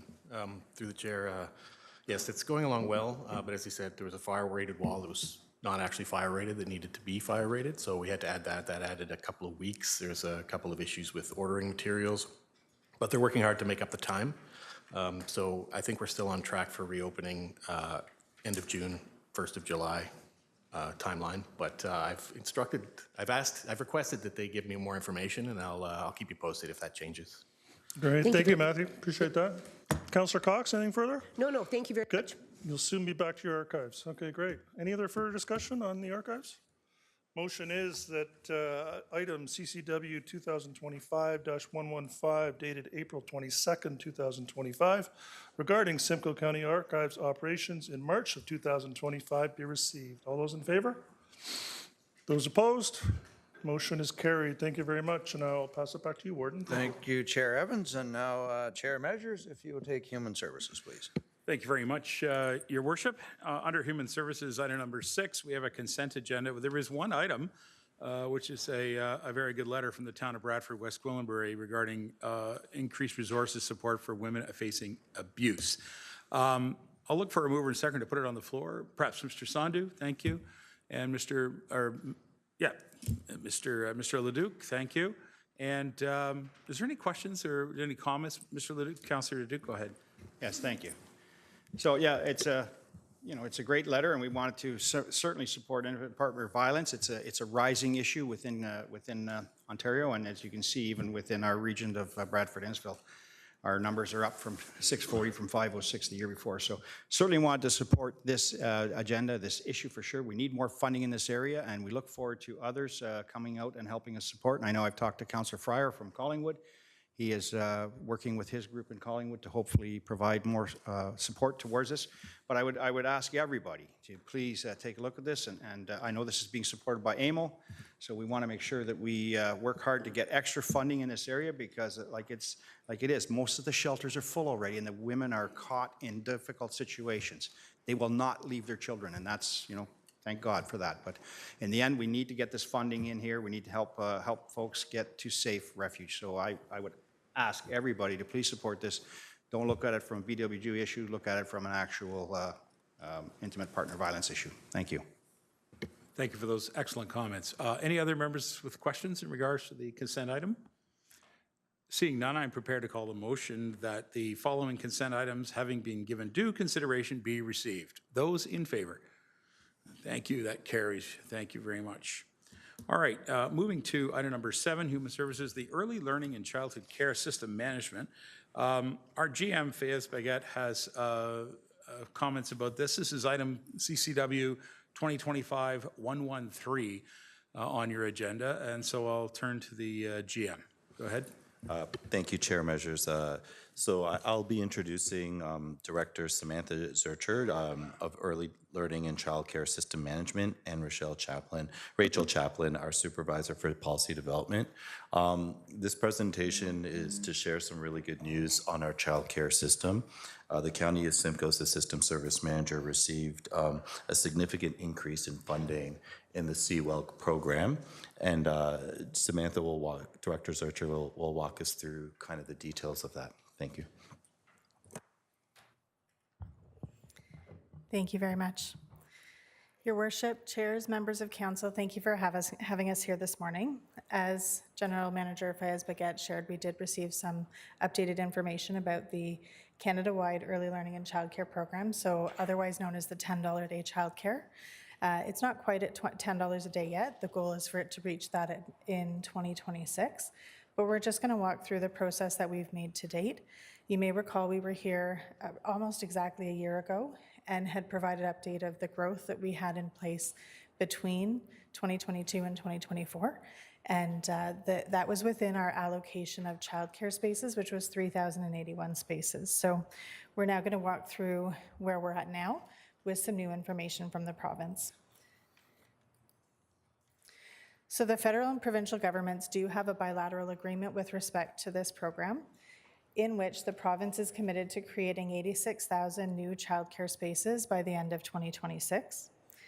And within those, they need to maintain or exceed the number of nonprofit spaces that are created as to what they were at before. So that's a minimum of 70% province-wide.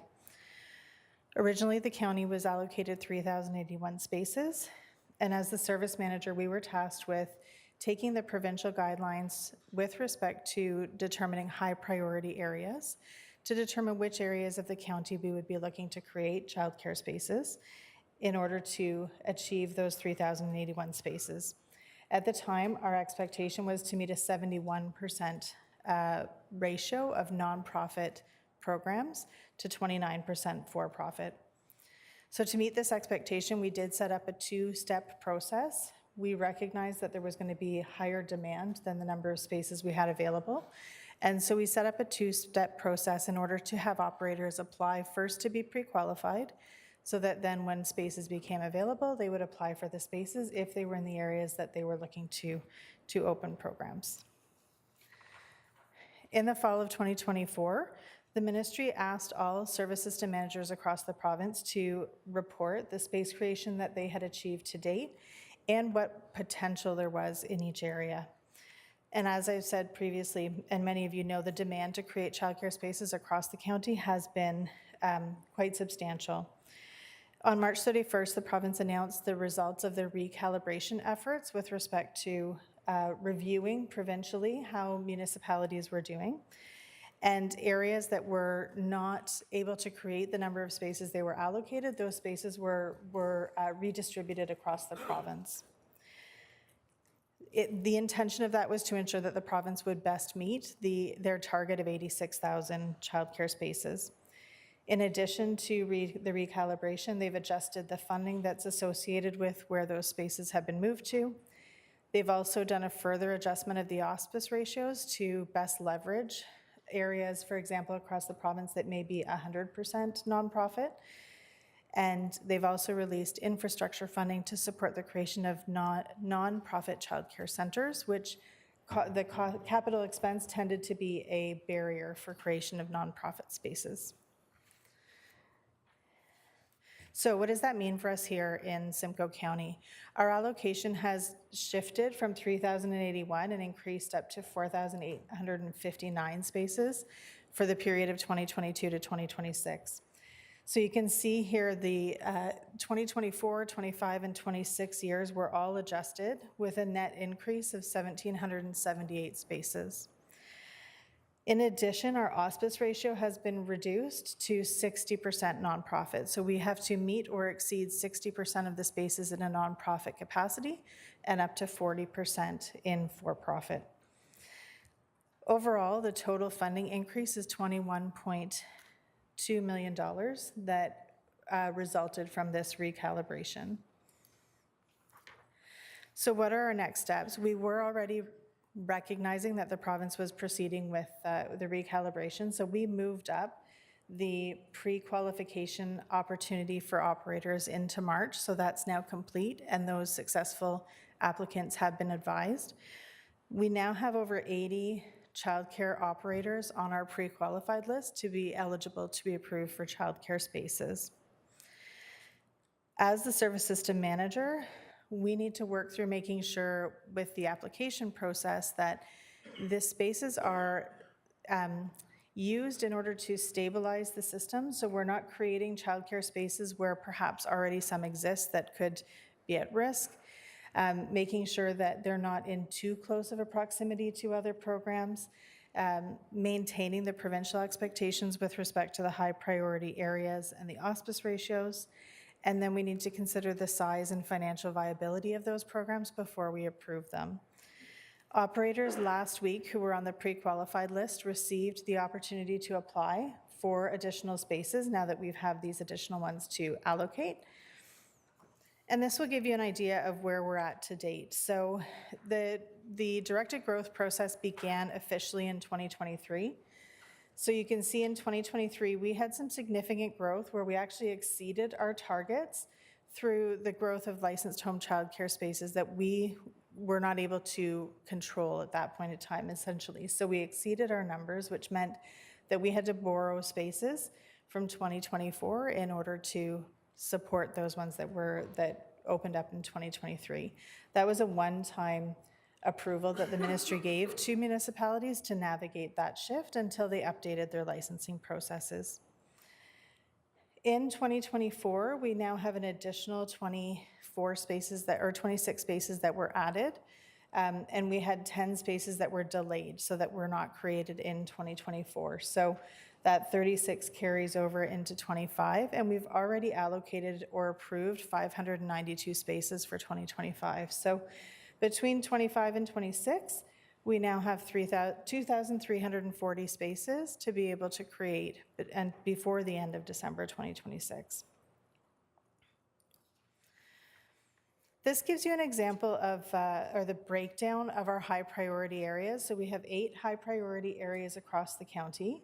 That doesn't mean that growth will not happen in other municipalities. It will. We've taken into consideration growth in school-based locations, as well as other pre-approved programs that we knew were coming online. So we've adjusted accordingly. You may recall last year there were some questions in particular about Collingwood, because at that point we didn't have any interest to date in creating programs in Collingwood. But I'm happy to share that we now have 88 new spaces that are under development in that area. So as service system manager, we will continue to work with all of the municipalities and the operators to be able to create spaces in the areas that are most in need. So now I'm going to pass it over to Rachel to share some information about our dashboard.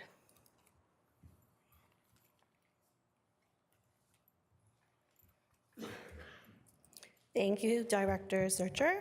And good morning, Warden, Chair, and members of Council. In December 2024, through a collaborative initiative between the Social and Community Services team and our IT colleagues, we launched the first phase of the Children's Services Dashboard, and it can be found at open.simcoe.ca. This exciting initiative is enabling us as the service system manager to make data-driven decisions while also enhancing transparency and accessibility of critical data across the early years and childcare sector across Simcoe County. The first phase of the dashboard included development of 4 sections of the dashboard. The first one is the licensed childcare section, which provides data on the operating capacities and vacancy rates across the early learning and childcare system, and it allows users to view data by center type, auspice, and municipality. We also have a second tab or section, which is the CWELC Directed Growth tab, which, as Director Zurcher explained, is the section that highlights the expansion of childcare spaces across Simcoe County, illustrating the different growth patterns in both licensed center-based and home-based childcare. The third section is the Early On Child and Family Centers section, which includes data on the number of children served from 2022 to the present, including those who attend and participate in Early On head office programs, as well as their satellite programs across the county. And finally, the Early Development Instrument is the last section of the first phase of the dashboard, and it offers insights into the early childhood developmental milestones for a subgroup of young children in the early years across Simcoe County. So today, I'll very briefly demonstrate 2 of the sections, starting with the CWELC Directed Growth Approval section, and then we'll take a quick look at the licensed childcare section.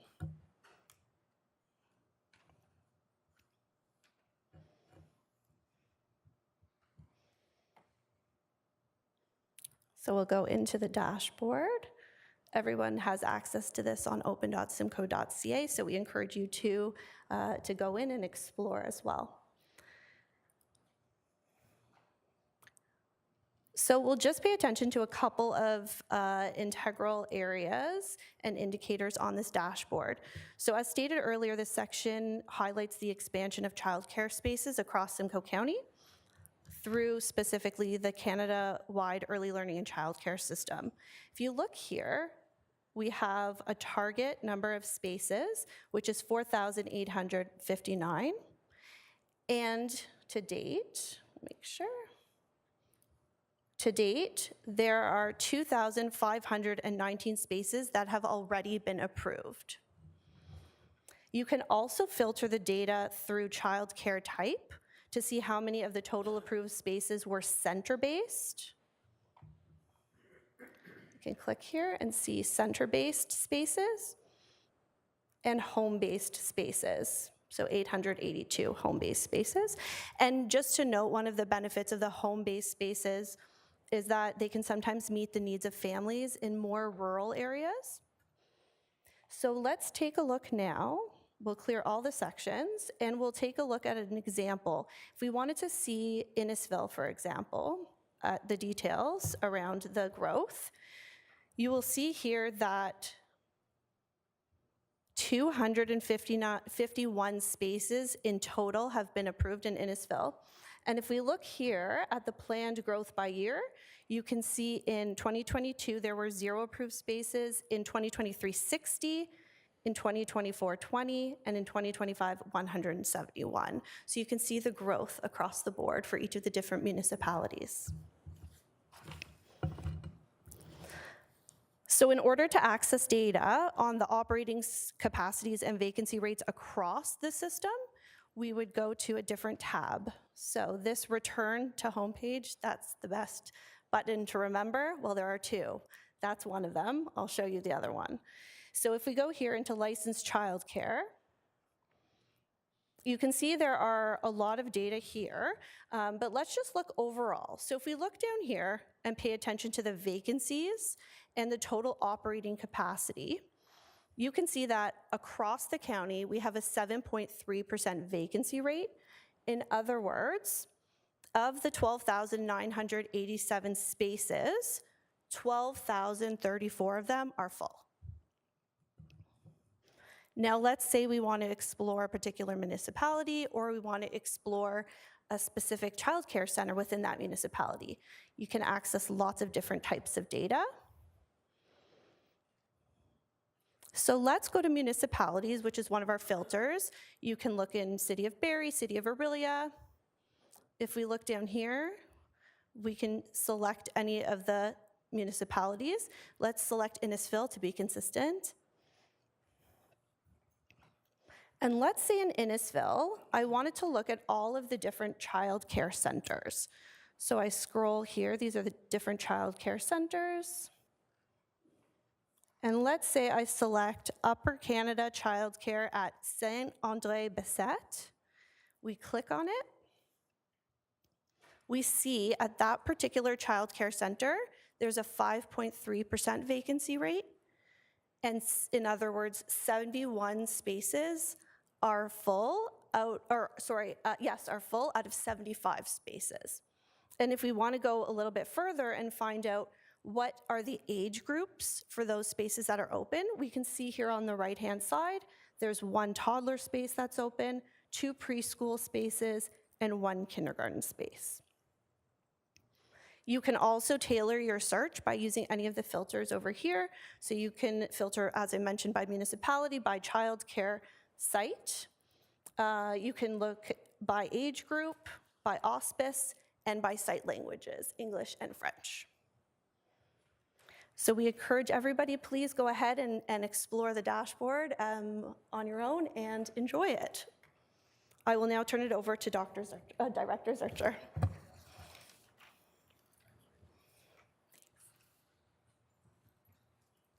Thank you. So that really gives you an idea of what the spaces look like. And with the new application process, it opened last week, as I said earlier. Our expectation is that the deadline is May the 5th for operators on the pre-qualified list to apply for spaces. We'll then immediately be reviewing them afterwards to evaluate them in consideration of all of the factors I mentioned earlier.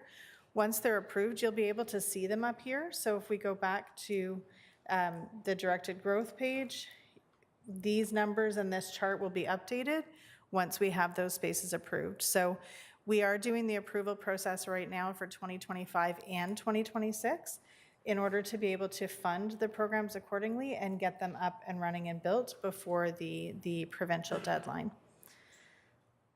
So as a very quick overview of where we're at with the directed growth process, certainly if you have any questions, we're happy to answer them. All right, thank you very much, Samantha and Rachel. It was always interesting to look at dashboards. GM Baguette, do you have anything you'd like to add before we go to questions? You're good. Okay, so I have Councillor Sandhu first, then I see Councillor Fryer. Go ahead, Raj. Thank you, Chair. The site that we were looking at, it also had City of Vaughan and Newmarket as outside of jurisdiction in there. Can you explain why they would be in there, and are they taking any of our allocations? Thank you for the question. Through the chair, no, they're not taking any of our spaces. Any home child care agency that is approved to create spaces in Simcoe County, they're listed based on their head office address. So if their head office is located in Newmarket, which some of them are, they would show up here as Newmarket, but the spaces that we're funding are only spaces in Simcoe County. So we don't identify the location of the home child care because those are people's residences, and for privacy reasons and safety reasons, we wouldn't publish the specific location.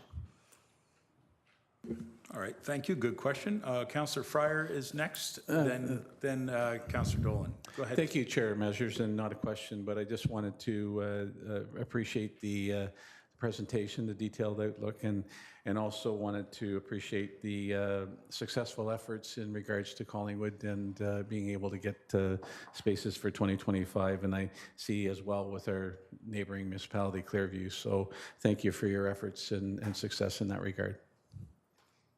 Excellent. Thank you for mentioning that. Councillor Dolan and then Walma. Thank you. Thank you, Mr. Chair. Just a question, and it might be better directed to IT as opposed to you, but I'm wondering about navigation. So if I'm on the homepage of simcoe.ca, can I navigate to the portal from the main website? And Rachel, is that for you? I can ask that too. And then the second part of my question was also, if I had a young child, would I know what CWELC meant? Because we talk CWELC a lot, and I don't know whether that acronym is, very identifiable to people with young children. Through the chair, thanks for the question, Councillor Dolan. So the Simcoe County Social and Community Services website, you can get to the dashboard from there. However, we're just about to undergo a comprehensive update of that website to make it much easier to navigate and link. We chose to separate the link like open.simcoe.ca to make it just easier to access publicly. But internally, there is a way to get through it. The navigation isn't so smooth right now because it's an older website.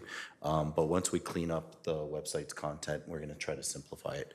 For the second question, in terms of CWELC, I think one thing we did with our other dashboards is we did some descriptive analysis language that helps the reader understand acronyms and things like that. And it is included in this one as well. So you'll see how it kind of explains to you what it is. Thanks. Thank you. Rachel, did you want to jump in on that? You were pretty enthusiastic there. Why don't you jump in? Go ahead. Through the chair. Yes. So when you hover over the different, any acronyms, or there's tons of terminology, if you hover over any of it, there will be a description of exactly what it means. And then there's also a section where you can see, if I think it would be easier if I just show you. If you scroll down the bottom. Can we put that back up, guys? Oh, sorry, it's not on the screen. If you scroll to the bottom of the dashboard on the home page, there's an overview of the dashboard, some disclaimers, some data definitions, and support and resources as well, which will explain any acronyms or details. Thank you.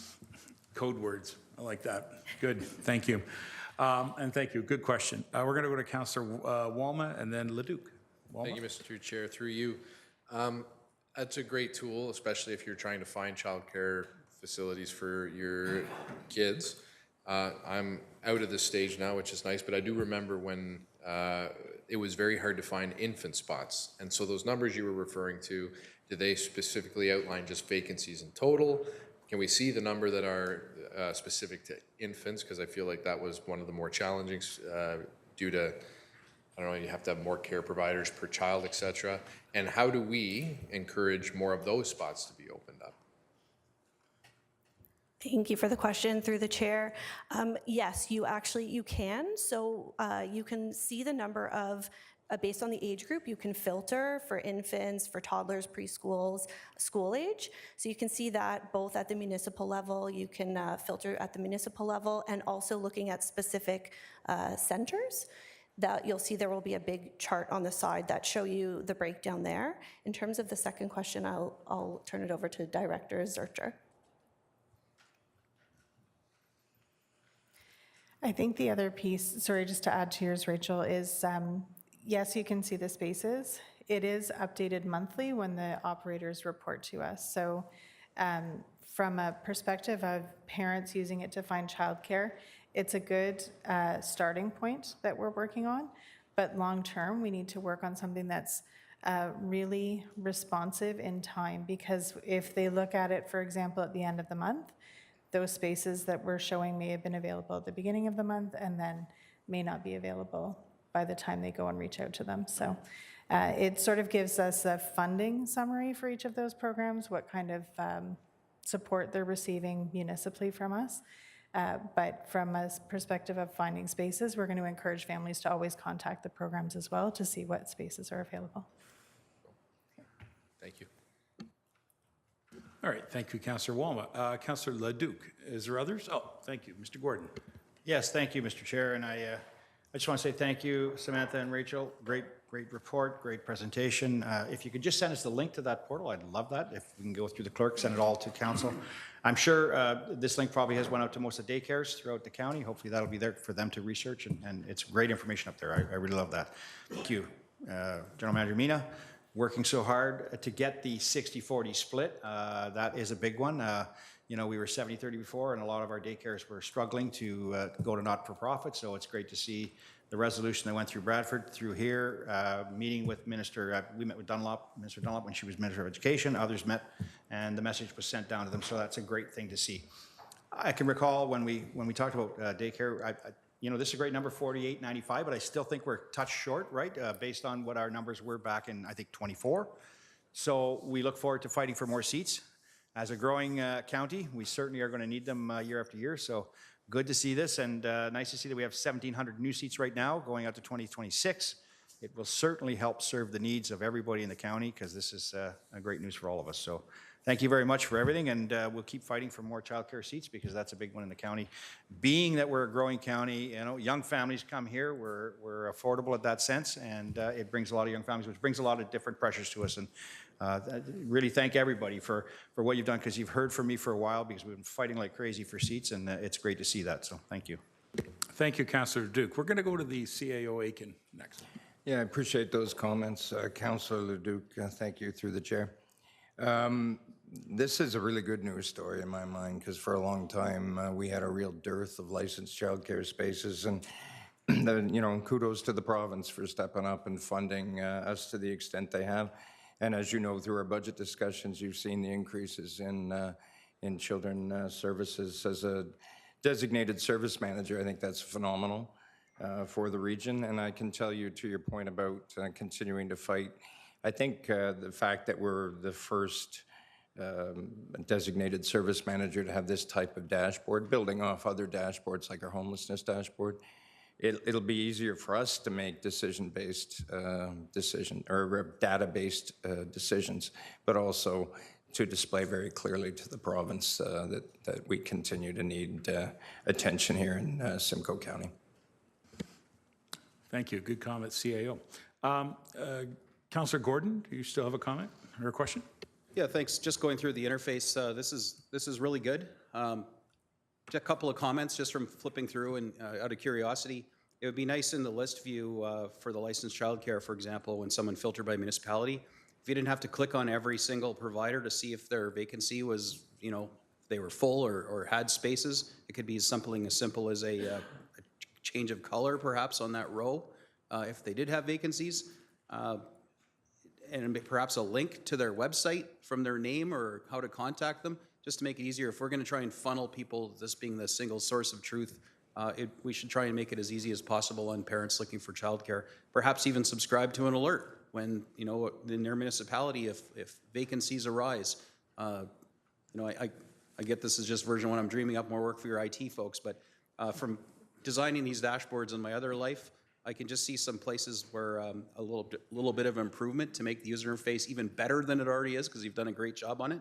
That might help the consumers use this and just quickly get a snapshot of what's open in the area or not. And again, I'm truly grateful on behalf of my municipality to see the additional spaces. It's a material change in the number of spaces to the program for our community as well, Collingwood. It's incredible. So can't believe all the zeros they had before. So good work for everybody in doing the math. I don't know exactly how you came up with it, but I mean, needs-based, but you probably came up with it based on these tools. So I think this is a great resource. I look forward to promoting it in my community, but a couple minor changes could make the experience a little easier for novices to get through the wealth of data you're presenting. So thank you very much for the efforts. Thank you very much. If there's nothing further from questions, I'll thank our presenters, and we'll move to the actual motion here in front of us. Perhaps Councillor Gordon, would you like to move this? Thank you. Councillor Hamlin, second. Thank you. That item CCW 2025-113, dated April 22nd, 2025, regarding the 2025 Ontario Child Care and Early Years Funding Updates be received, and that early learning and child care system management programs, strategies, guidelines, and approaches related to the funding updates, as generally outlined in item CCW 2025-113, be approved. and that a net new full-time equivalent position to coordinate and support the growth of licensed childcare spaces be approved. No further? I'm prepared to call the motion. All in favor? Thank you, Council. Committee. Your Worship, we're going to go on to item number 8, which is our Long-Term Care Committee of Management. And we do have a good report here. GM Sinclair, I think, may want to speak to this. This is CCW 2025-111. And I'll just comment that it was an excellent report. I took a really good read through it, and I thought it was excellent. GM Sinclair? Thank you, Mr. Chair, and good morning, everyone. We're very excited to bring forward this report. It is part of a series of reports, so even more detail to come next month. But this does provide some highlights to our most recent community assessment.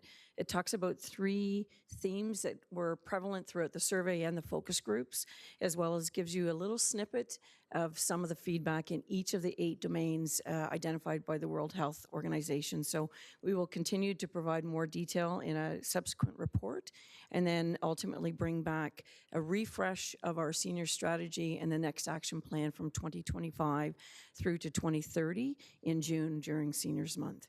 Thank you. Thank you, GM. Does anyone have any questions? No? Seeing none?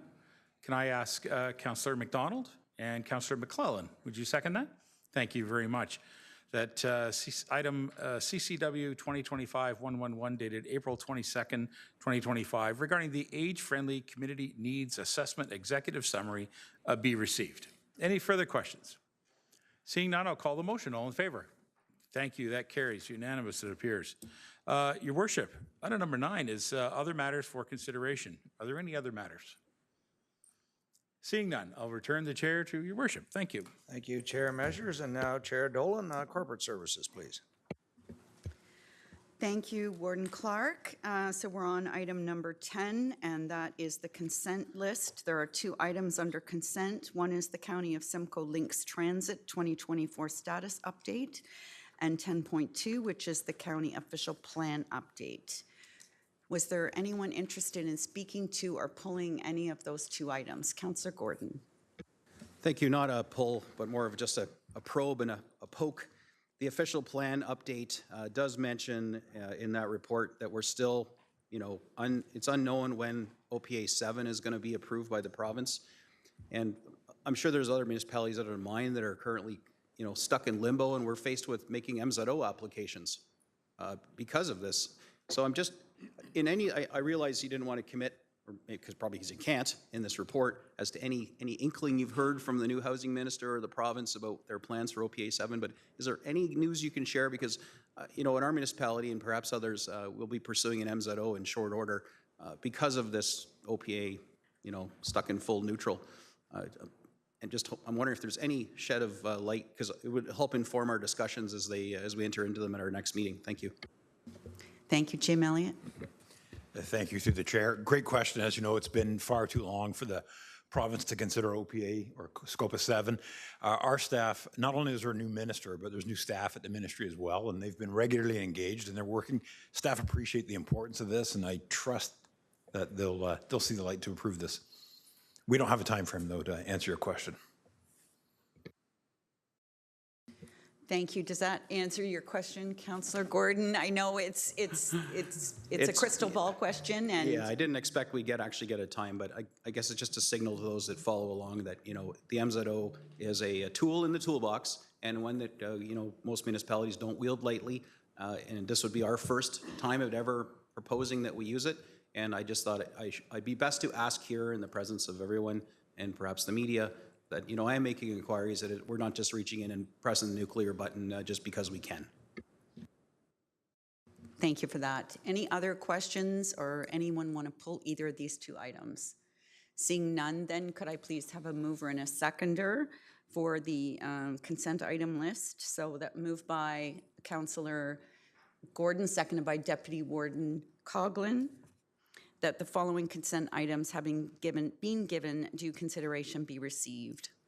All those in favor? Any opposed? That is carried.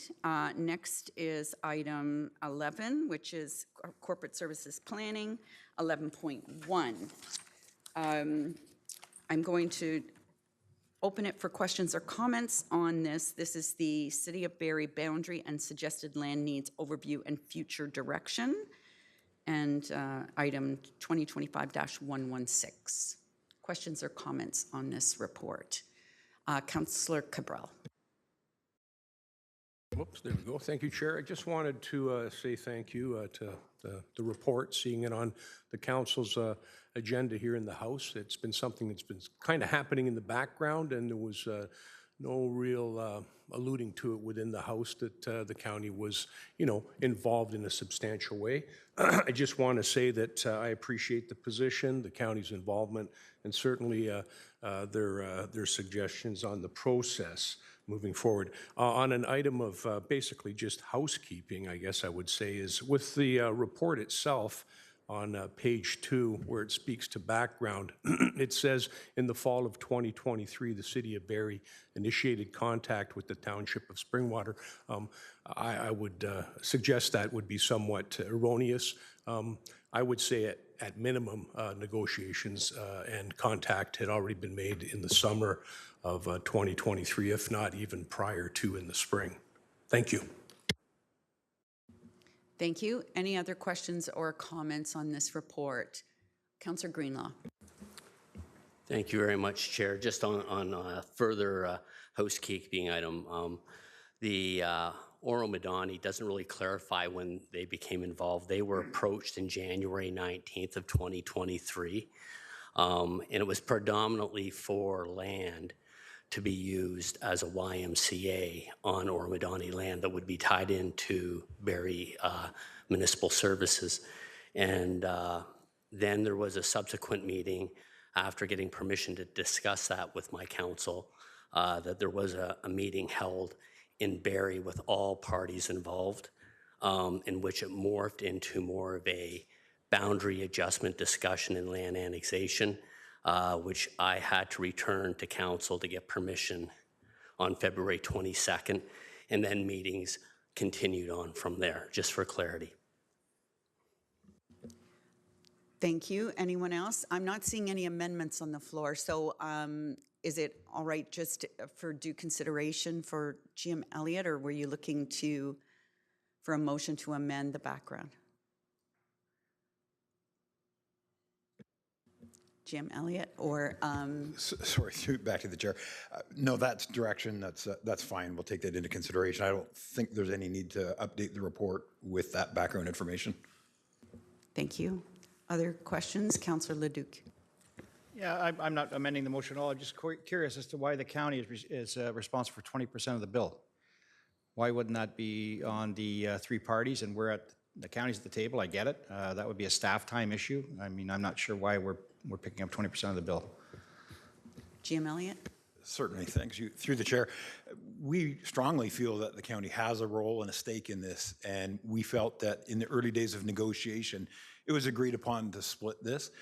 There is potential for impact on our financial resources and the infrastructure investments that we've made to date. So we thought by being a minor contributing partner, that would allow our voice to be heard. Just to supplement, so there is infrastructure in these talks. Like, we have things in the ground, or is this just land we're talking about? I'm not sure, servicing wise, because it doesn't say that in here. Through the chair, within the study area, there are county roads and other investments that we've made in the past. We want to make sure that we understand the implications on those. Thank you, Councillor Cabral. Thank you, Chair. Just a thought here with respect to Councillor Greenlaw's comments with, I guess, an ad hoc meeting January the 19th of 2023, where he says all parties were involved, and that he went back to council and asked for permission to have a subsequent meeting to that. I guess I'd like to know when the subsequent meeting took place, and I'd very much like to know, was that a meeting between just the county, or was that a meeting between County Barrie and Oro Medonte, or when you say parties involved, who exactly are you speaking to? Councillor Greenlaw. Through the chair to Councillor Cabral, The meeting on February 9th included the three-party CAOs, elected representatives, and directors of planning. And then at that point, as the discussion had merged from what I considered I had permission to discuss, which was a cross-border, an institution with a cross-border agreement with Barrie. At that time, it morphed into more about we need to be in control of those lands that building's on, and now it had morphed quickly into a acquisition disposition model or a boundary adjustment, which I was really not in the position to discuss without further permission from council.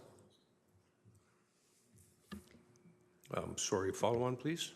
You indicated, though, that there was a subsequent meeting afterwards. Do you know the date of that and what parties were involved at that one? I believe the meetings post that were more silo meetings between the city of Barrie. There may have been some meetings where the three parties got together with county, and I'd have to go back and check those within my calendar, because as we said, what started 25 months ago is now we're no further ahead, and I think the deputy mayor who brought a motion forward to say, look, if we can't get a resolution within 6 months, then we need to present factums to the province, and let's make a decision to move forward. Oro-Medani's position all along has been based on facts, the Planning Act, and in order to do what's best for the area as a whole. And that's why our position has always been cross-border servicing. Now, I'm always open-minded and willing to listen to reasons why that doesn't work, and that's part of the facilitation process. Thank you. Thank you. Any other questions or comments on this report? Councillor Smith?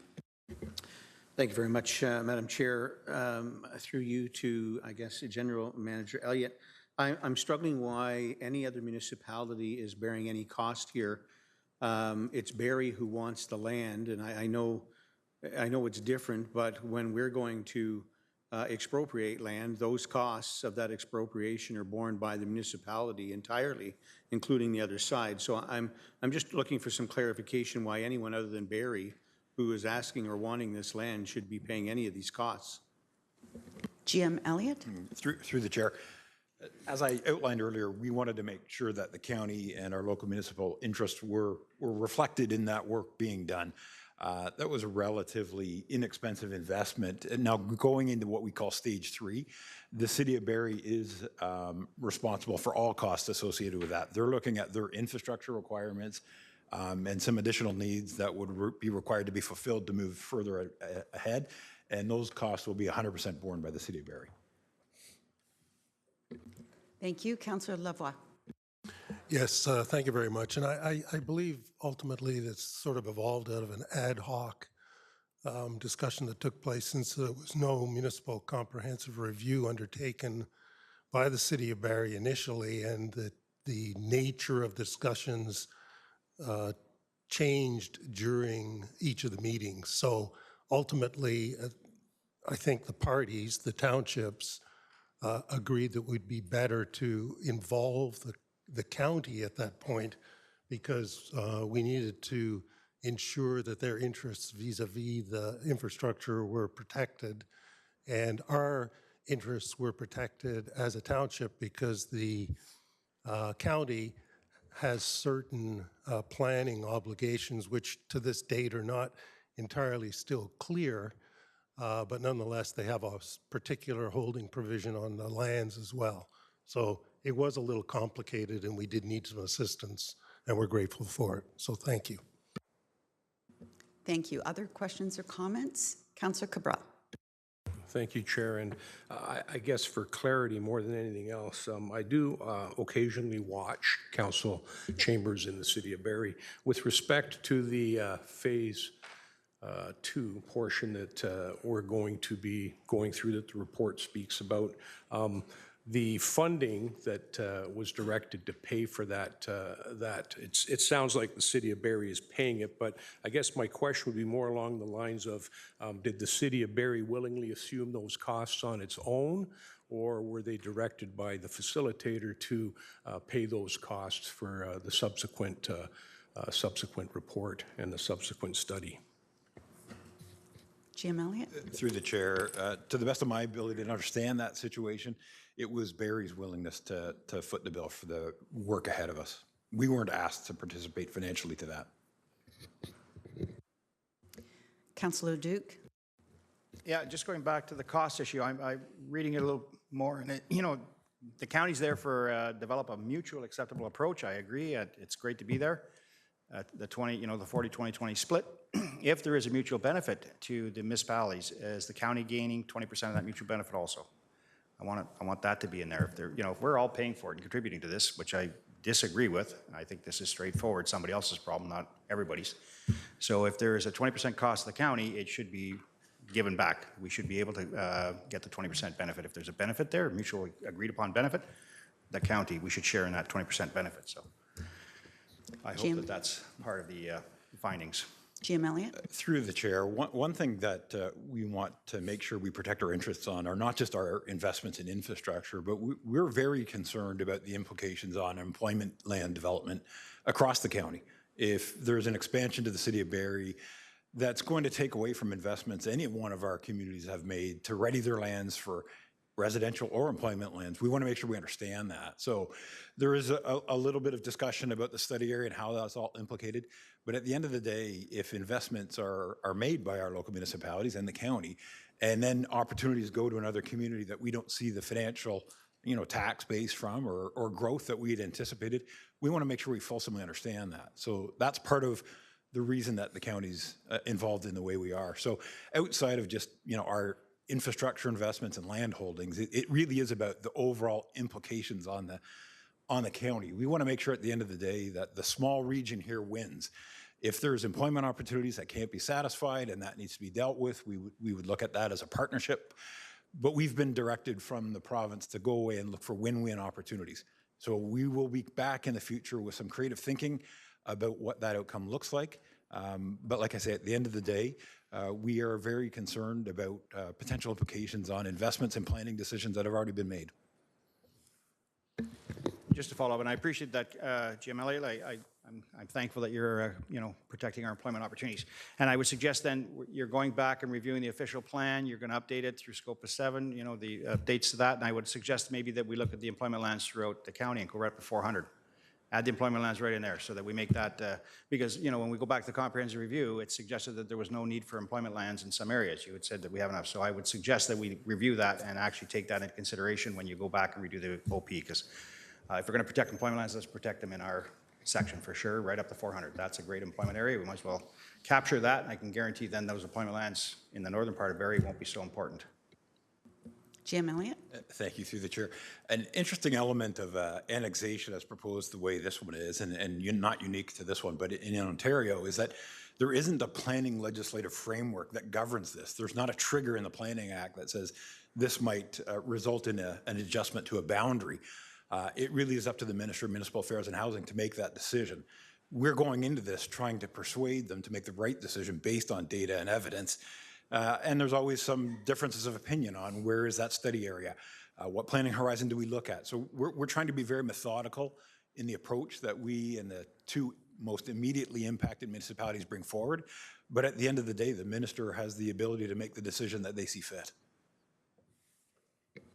Thank you. I'll just add that in the Barrie-Innisfil Act that was passed in 2009, significant lands that are now being developed were mostly vacant, but now are going to be pretty densely occupied, mostly residential, some manufacturing as well. That could have been assessment assigned to the county of Simcoe as opposed to the city of Barrie. And so it's that future loss of assessment too, is I think another reason that the county should definitely be at the table and pay for say. Councillor Smith. Thank you again, Madam Chair, for a second opportunity here. And you brought up a very good point, and so did GM Elliott. And I think it's important that this House understand that. I mean, City of Barrie, back some years ago, annexed a lot of land from Innisfil. And it is my understanding they haven't used that land yet. There are many pockets within the City of Barrie that are not utilized at this point still. And they're now looking to annex more land now from Oro-Medonte, all of which will be losses of tax dollars and development charges to both the County of Simcoe and to Oro-Medonte, just as Councillor Dolan has just, or sorry, Chair Dolan has just indicated the loss of tax dollars and would have been DCs to her community as well. So just looking at it from that standpoint alone, I vehemently disagree with what's happening here, and I want to commend staff, GM Elliott and his staff, for coming to the table and becoming part of this. And I certainly hope, well, I know that they'll make sure that these types of comments and this information is made well aware to the minister, because I agree it is going to be the minister's decision here. And I have some concerns about that, but I see this as very unfair to be asking for more when you haven't used all you have, or at least a good portion of that. Thank you very much. Thank you, Councillor Smith. Any other comments before I go to the motion? Could I ask for a mover and a seconder, please? Councillor Cabral and Councillor McDonald. That item CCW 2025-116, April 22, 2025, regarding City of Barrie boundary and suggested land needs be received, and that the County of Simcoe confirms its commitment to a process that achieves outcomes that promote regional prosperity while respecting local needs, and that the County of Simcoe continues to support the facilitator's efforts to achieve mutually beneficial outcomes, and that the County of Simcoe only supports boundary adjustments through a bilateral agreement between the affected municipalities that respect the principles of mutual benefit, compensation, and long-term economic vitality, and that the warden, chief administrative officer, and appropriate senior staff be authorized to pursue any required technical work, professional advice, and associated negotiations with the facilitator and municipal partners to outline plans for beneficial outcomes for the Township of Oro-Medonte,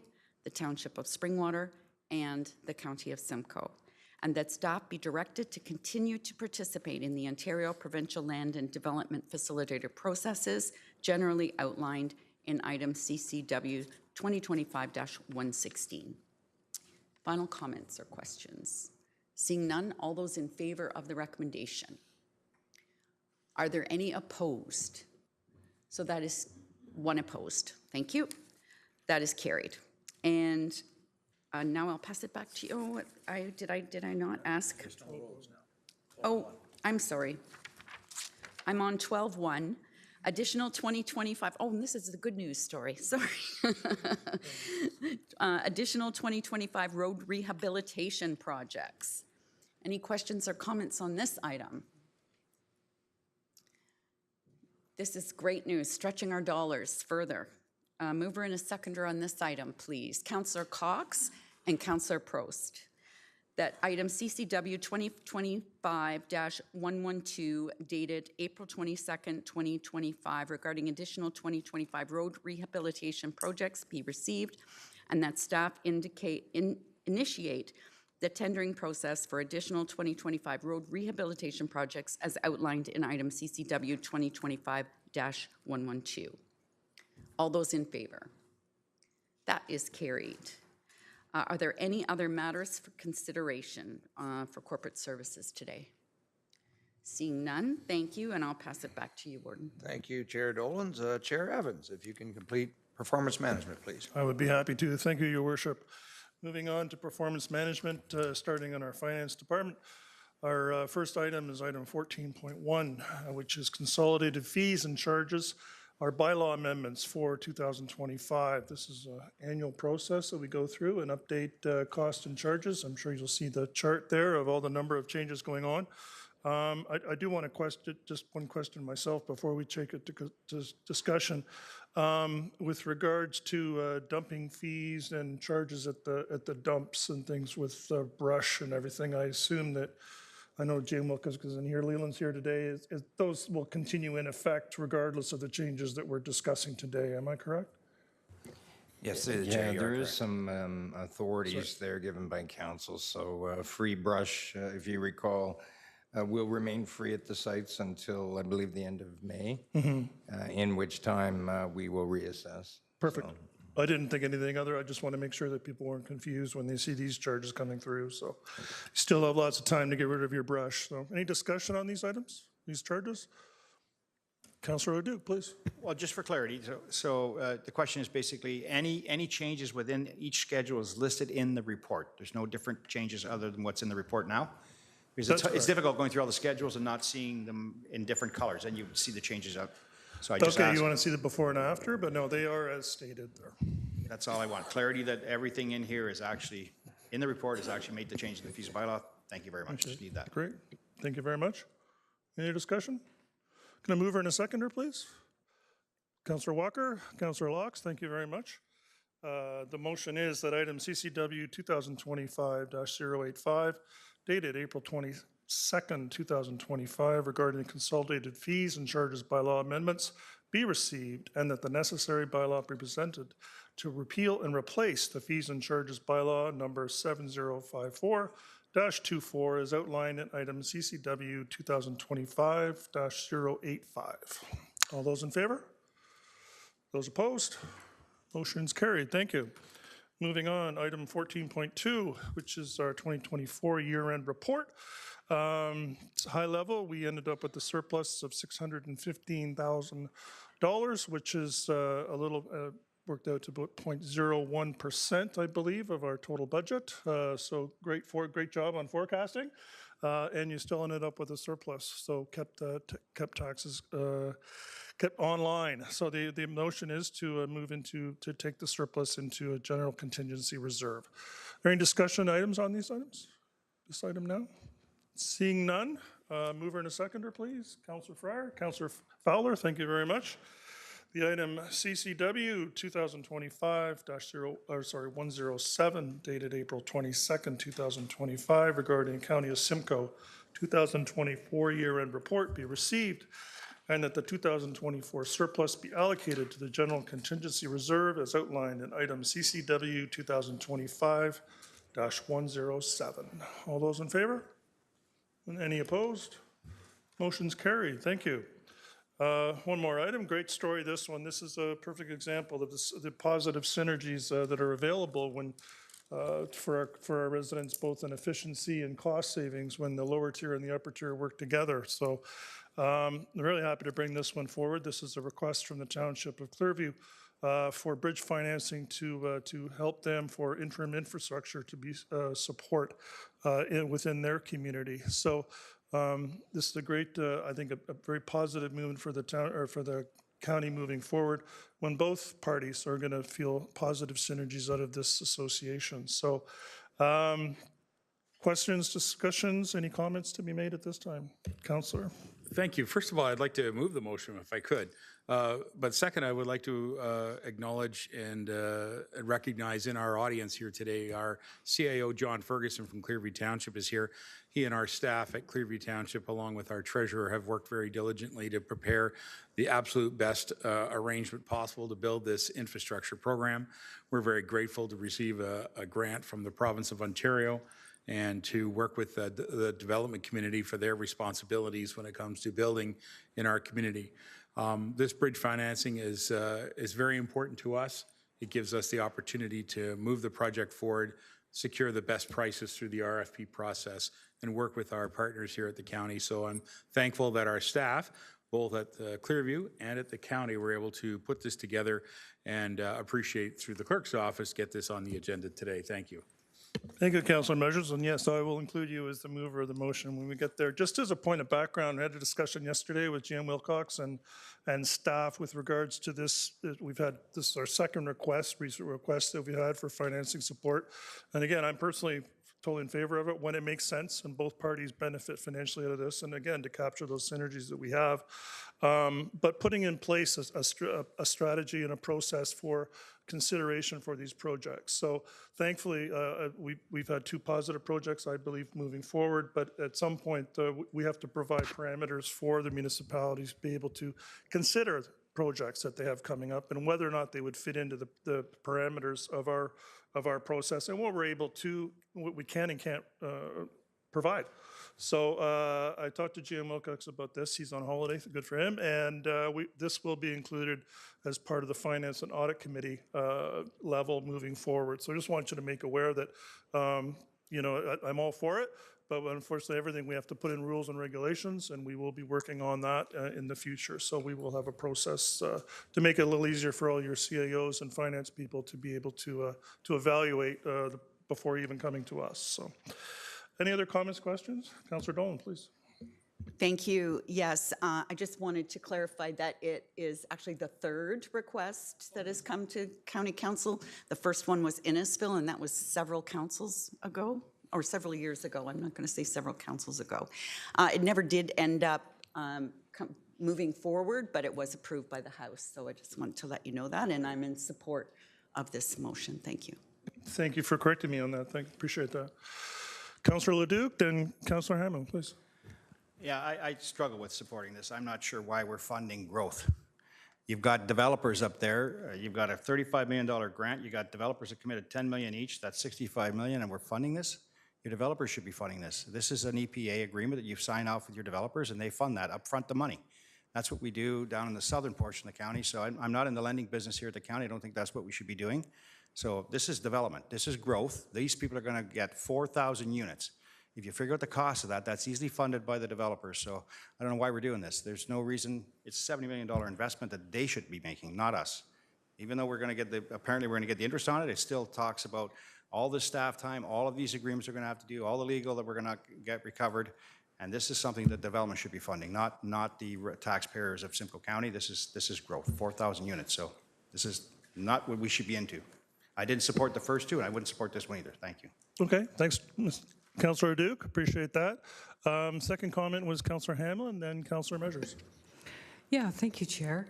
I'm very much in support of Clearview being able to develop its lands or have its lands developed. But I'm also very glad you mentioned that there be some criteria being set out because I know after the House approved the Wasaga loan for the land, our treasurer reached out to the county to find out what the process was because I'm sure all of us have needs and she didn't get a call back. So I think in fairness to everyone, and it would be helpful to know how much county funding is available for borrowing, what the criteria is, what the interest rates are. Will there be criteria around the ability to pay, or do we just offer better interest rates than would be available otherwise? Like, I think we need some transparency around this. I'm going to support this today, but I'm going to say I don't feel comfortable supporting it, but I realize the time issues, and I just think we need a plan that everyone understands. Thank you. Great, thanks, Councillor Hamlin. Councillor Measures and Councillor Sandu. Thank you. Just to respond to Councillor Duke, you're absolutely right. Development is going to be, or developers are going to be paying it, and we do have agreements with them.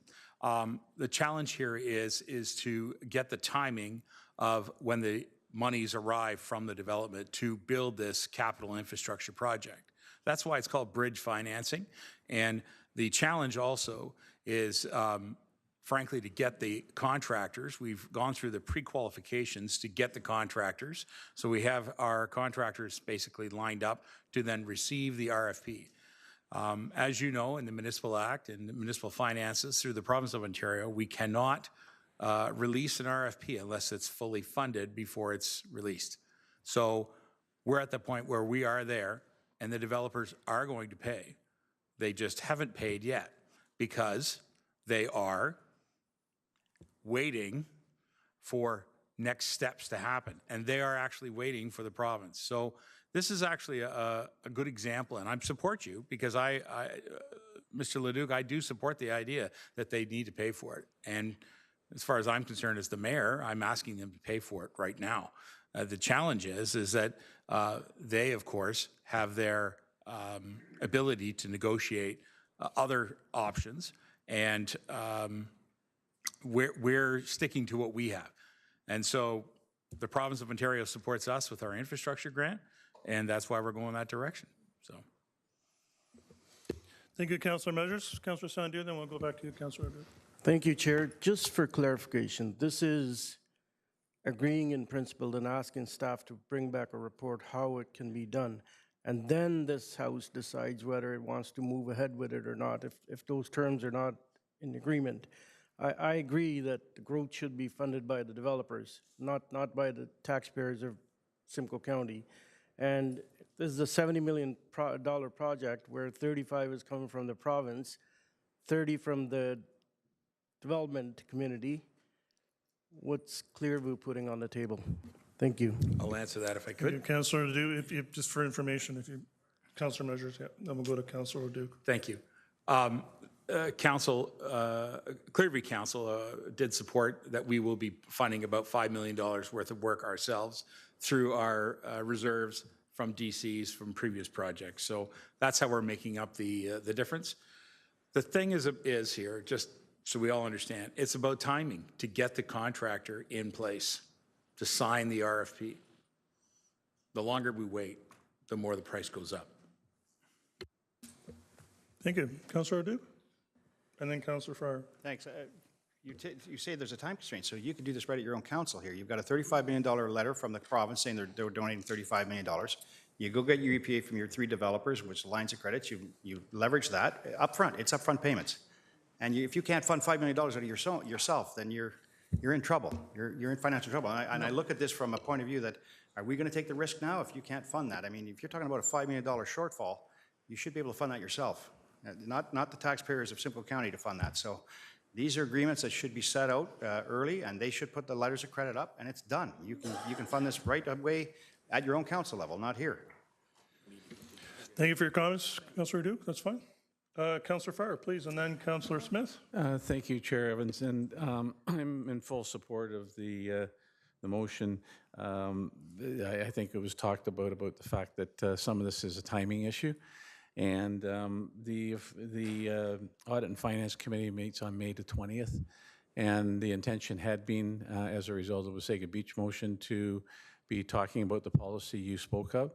So I think in short order, we can be bringing back something to the House that has some parameters around it. In those instances when there's, I'm not going to say emergency, but certainly a time-sensitive situation, then there may be a need for the county to step up and support, because we're all dealing with this issue of affordable housing and having put infrastructure in order to get it to move forward, and financing usually is going to be an issue. So I think it's important that the county visits this and determines the policy about it. Thanks, Councillor Fryer. Yeah, I think assist, but also make sure that the caveat in there is that it's not going to cost us money.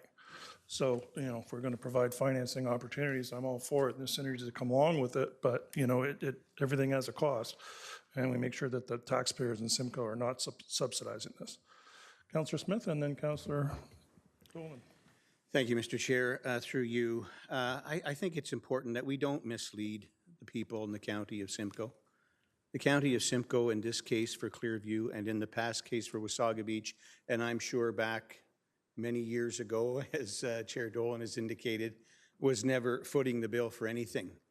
This is a loan, with all costs being paid back to the county, plus interest at the going rate of IO available rates. So in this case, the county will be making money on this transaction if we want to be completely open and straightforward, through gaining interest. But the taxpayers of the county of Simcoe are not footing the bill for Wasaga Beach. They're not footing the bill for Clearview. They would not have been footing the bill for Innisfil. This is about doing what is best for the greater good, and I agree 100%, Mr. Chair, that we need to sit down and put parameters around this, because I too see this being more common in future. Because these are These are great situations when you think of it, where a community like Clearview in this case, or Wasaga Beach, would have to probably be tied into a 25 or 30-year agreement that you can't get out of paying interest, even though you only need it for a couple of years or maybe even a couple of months. This is saving the municipalities of the county of Simcoe hundreds of thousands or millions of dollars. It's the county working cooperatively with our communities, which is why we're here, for the greater good. But again, let's not mislead the public. Nobody is footing the bill here from the county of Simcoe or other municipalities for any community that's come forward for this. I could not support this if this was a handout from the county of Simcoe, but that's not the case. It's not even a hand up. It's a simple financial transaction for which the county will be paid its full costs, as I understand, and interest. Thank you, Mr. Chair. Thank you, Councillor Smith. Councillor Dolan?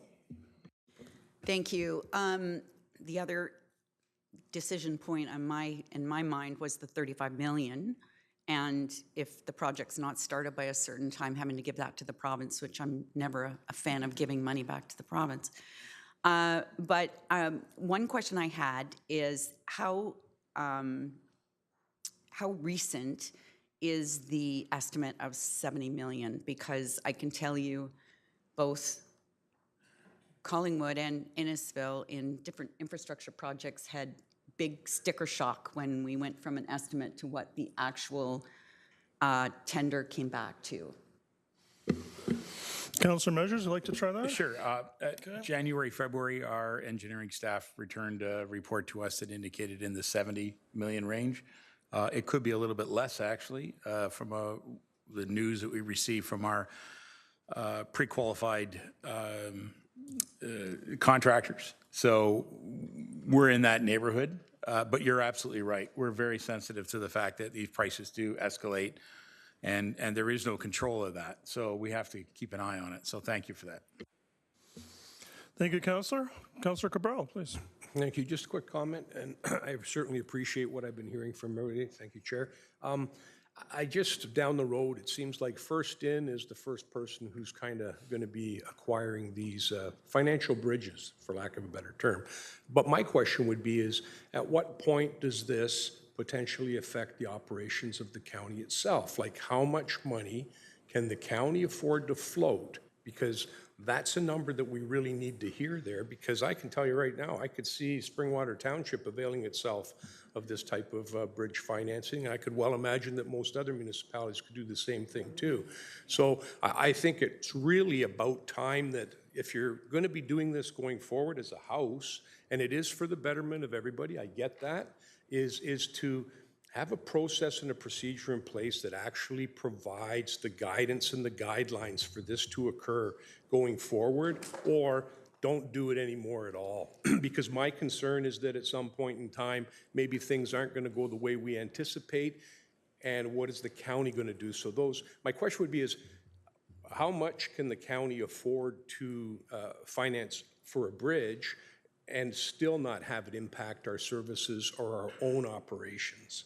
And secondly is, at what point in time will county be looking at actually preparing some type of policy or process that if we continue to do this, we'll be able to actually have something in place, kind of like an application form. And the reason I say that is it's kind of ad hoc right now, and I don't think it's the first time that likely we've been talking about a process or a procedure to address these things. That's all.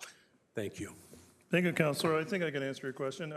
First of all, I think this is some solutions come out of needs and are not always articulated to start with, and they're good solutions. I really believe this is a really positive solution that's kind of synergized, starting a couple councils ago and now here, that addresses the need that we need for short-term financing to be able to build more homes, which our bosses want us to do. So, and I think we're all happy to do that. The idea to me, though, is it's aligned with, say, waterworks and the same thing. The people who use the water pay for the water. This is the same thing with this functionality that we would be able to provide. That if you use the financing, you pay for the financing. So that we can do it cheaper than other options, I think is amazing. That's the synergies. That's what we're talking about. That's why we're here as an upper tier and a lower tier. That's why the upper tier is here, that we're able to do this. I don't even care where I'm from, but I don't need this financing in tiny. I probably never will. But this is good for the whole county. This is what the whole county is about. This is being able to take these opportunities, create innovative new solutions that can be duplicated, frankly, I think, throughout the province, but show people this is how we get around the roadblocks that we have. And that's why we're here as people in this council. So I'm really, really excited about this because this shows exactly why we're here.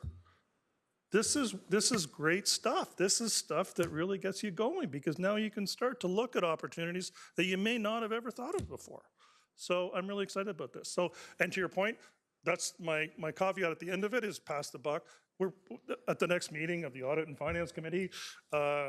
Trevor and the rest can put together the parameters and the nuts and bolts of how we apply for it and what we've got there and what we can do moving forward. So, no, I applaud staff and I applaud you mayors that are coming up with new solutions in their areas to build more homes and to make people happier and doing it in a solution that provides cost savings and added efficiency. Slam dunk in my mind. Just to echo that, Chair, and I appreciate the comments. I'm certainly not against it. I applaud it. It works. But it's like anything else. If you're going to be extending credit, you need to be able to have something in place to guarantee that credit's going to continue to work. That's the only thing I'm trying to do is there should be a policy or a process in place. That's all. Totally concur. So thank you, Councillor.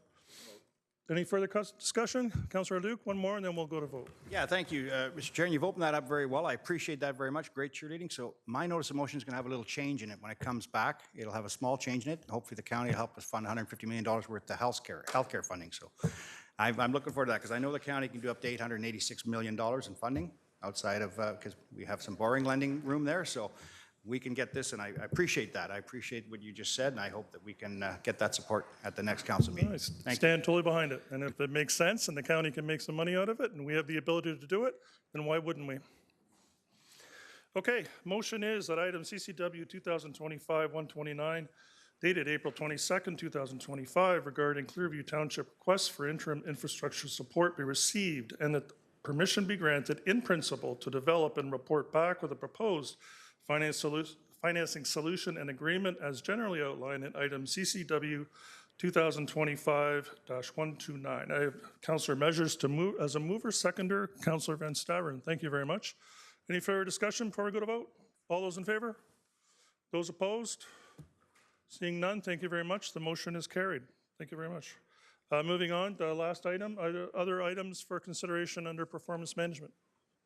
Seeing none, I'll pass it back to you, Warden. Thank you very much. Thank you, Chair Evans. We have no closed session, so I'll now look for a motion that the April 22nd, 2025 Committee of the Whole be adjourned at 12:09 p.m. Moved by Councillor LaRose, second by Councillor Laux. All in favor? That is carried.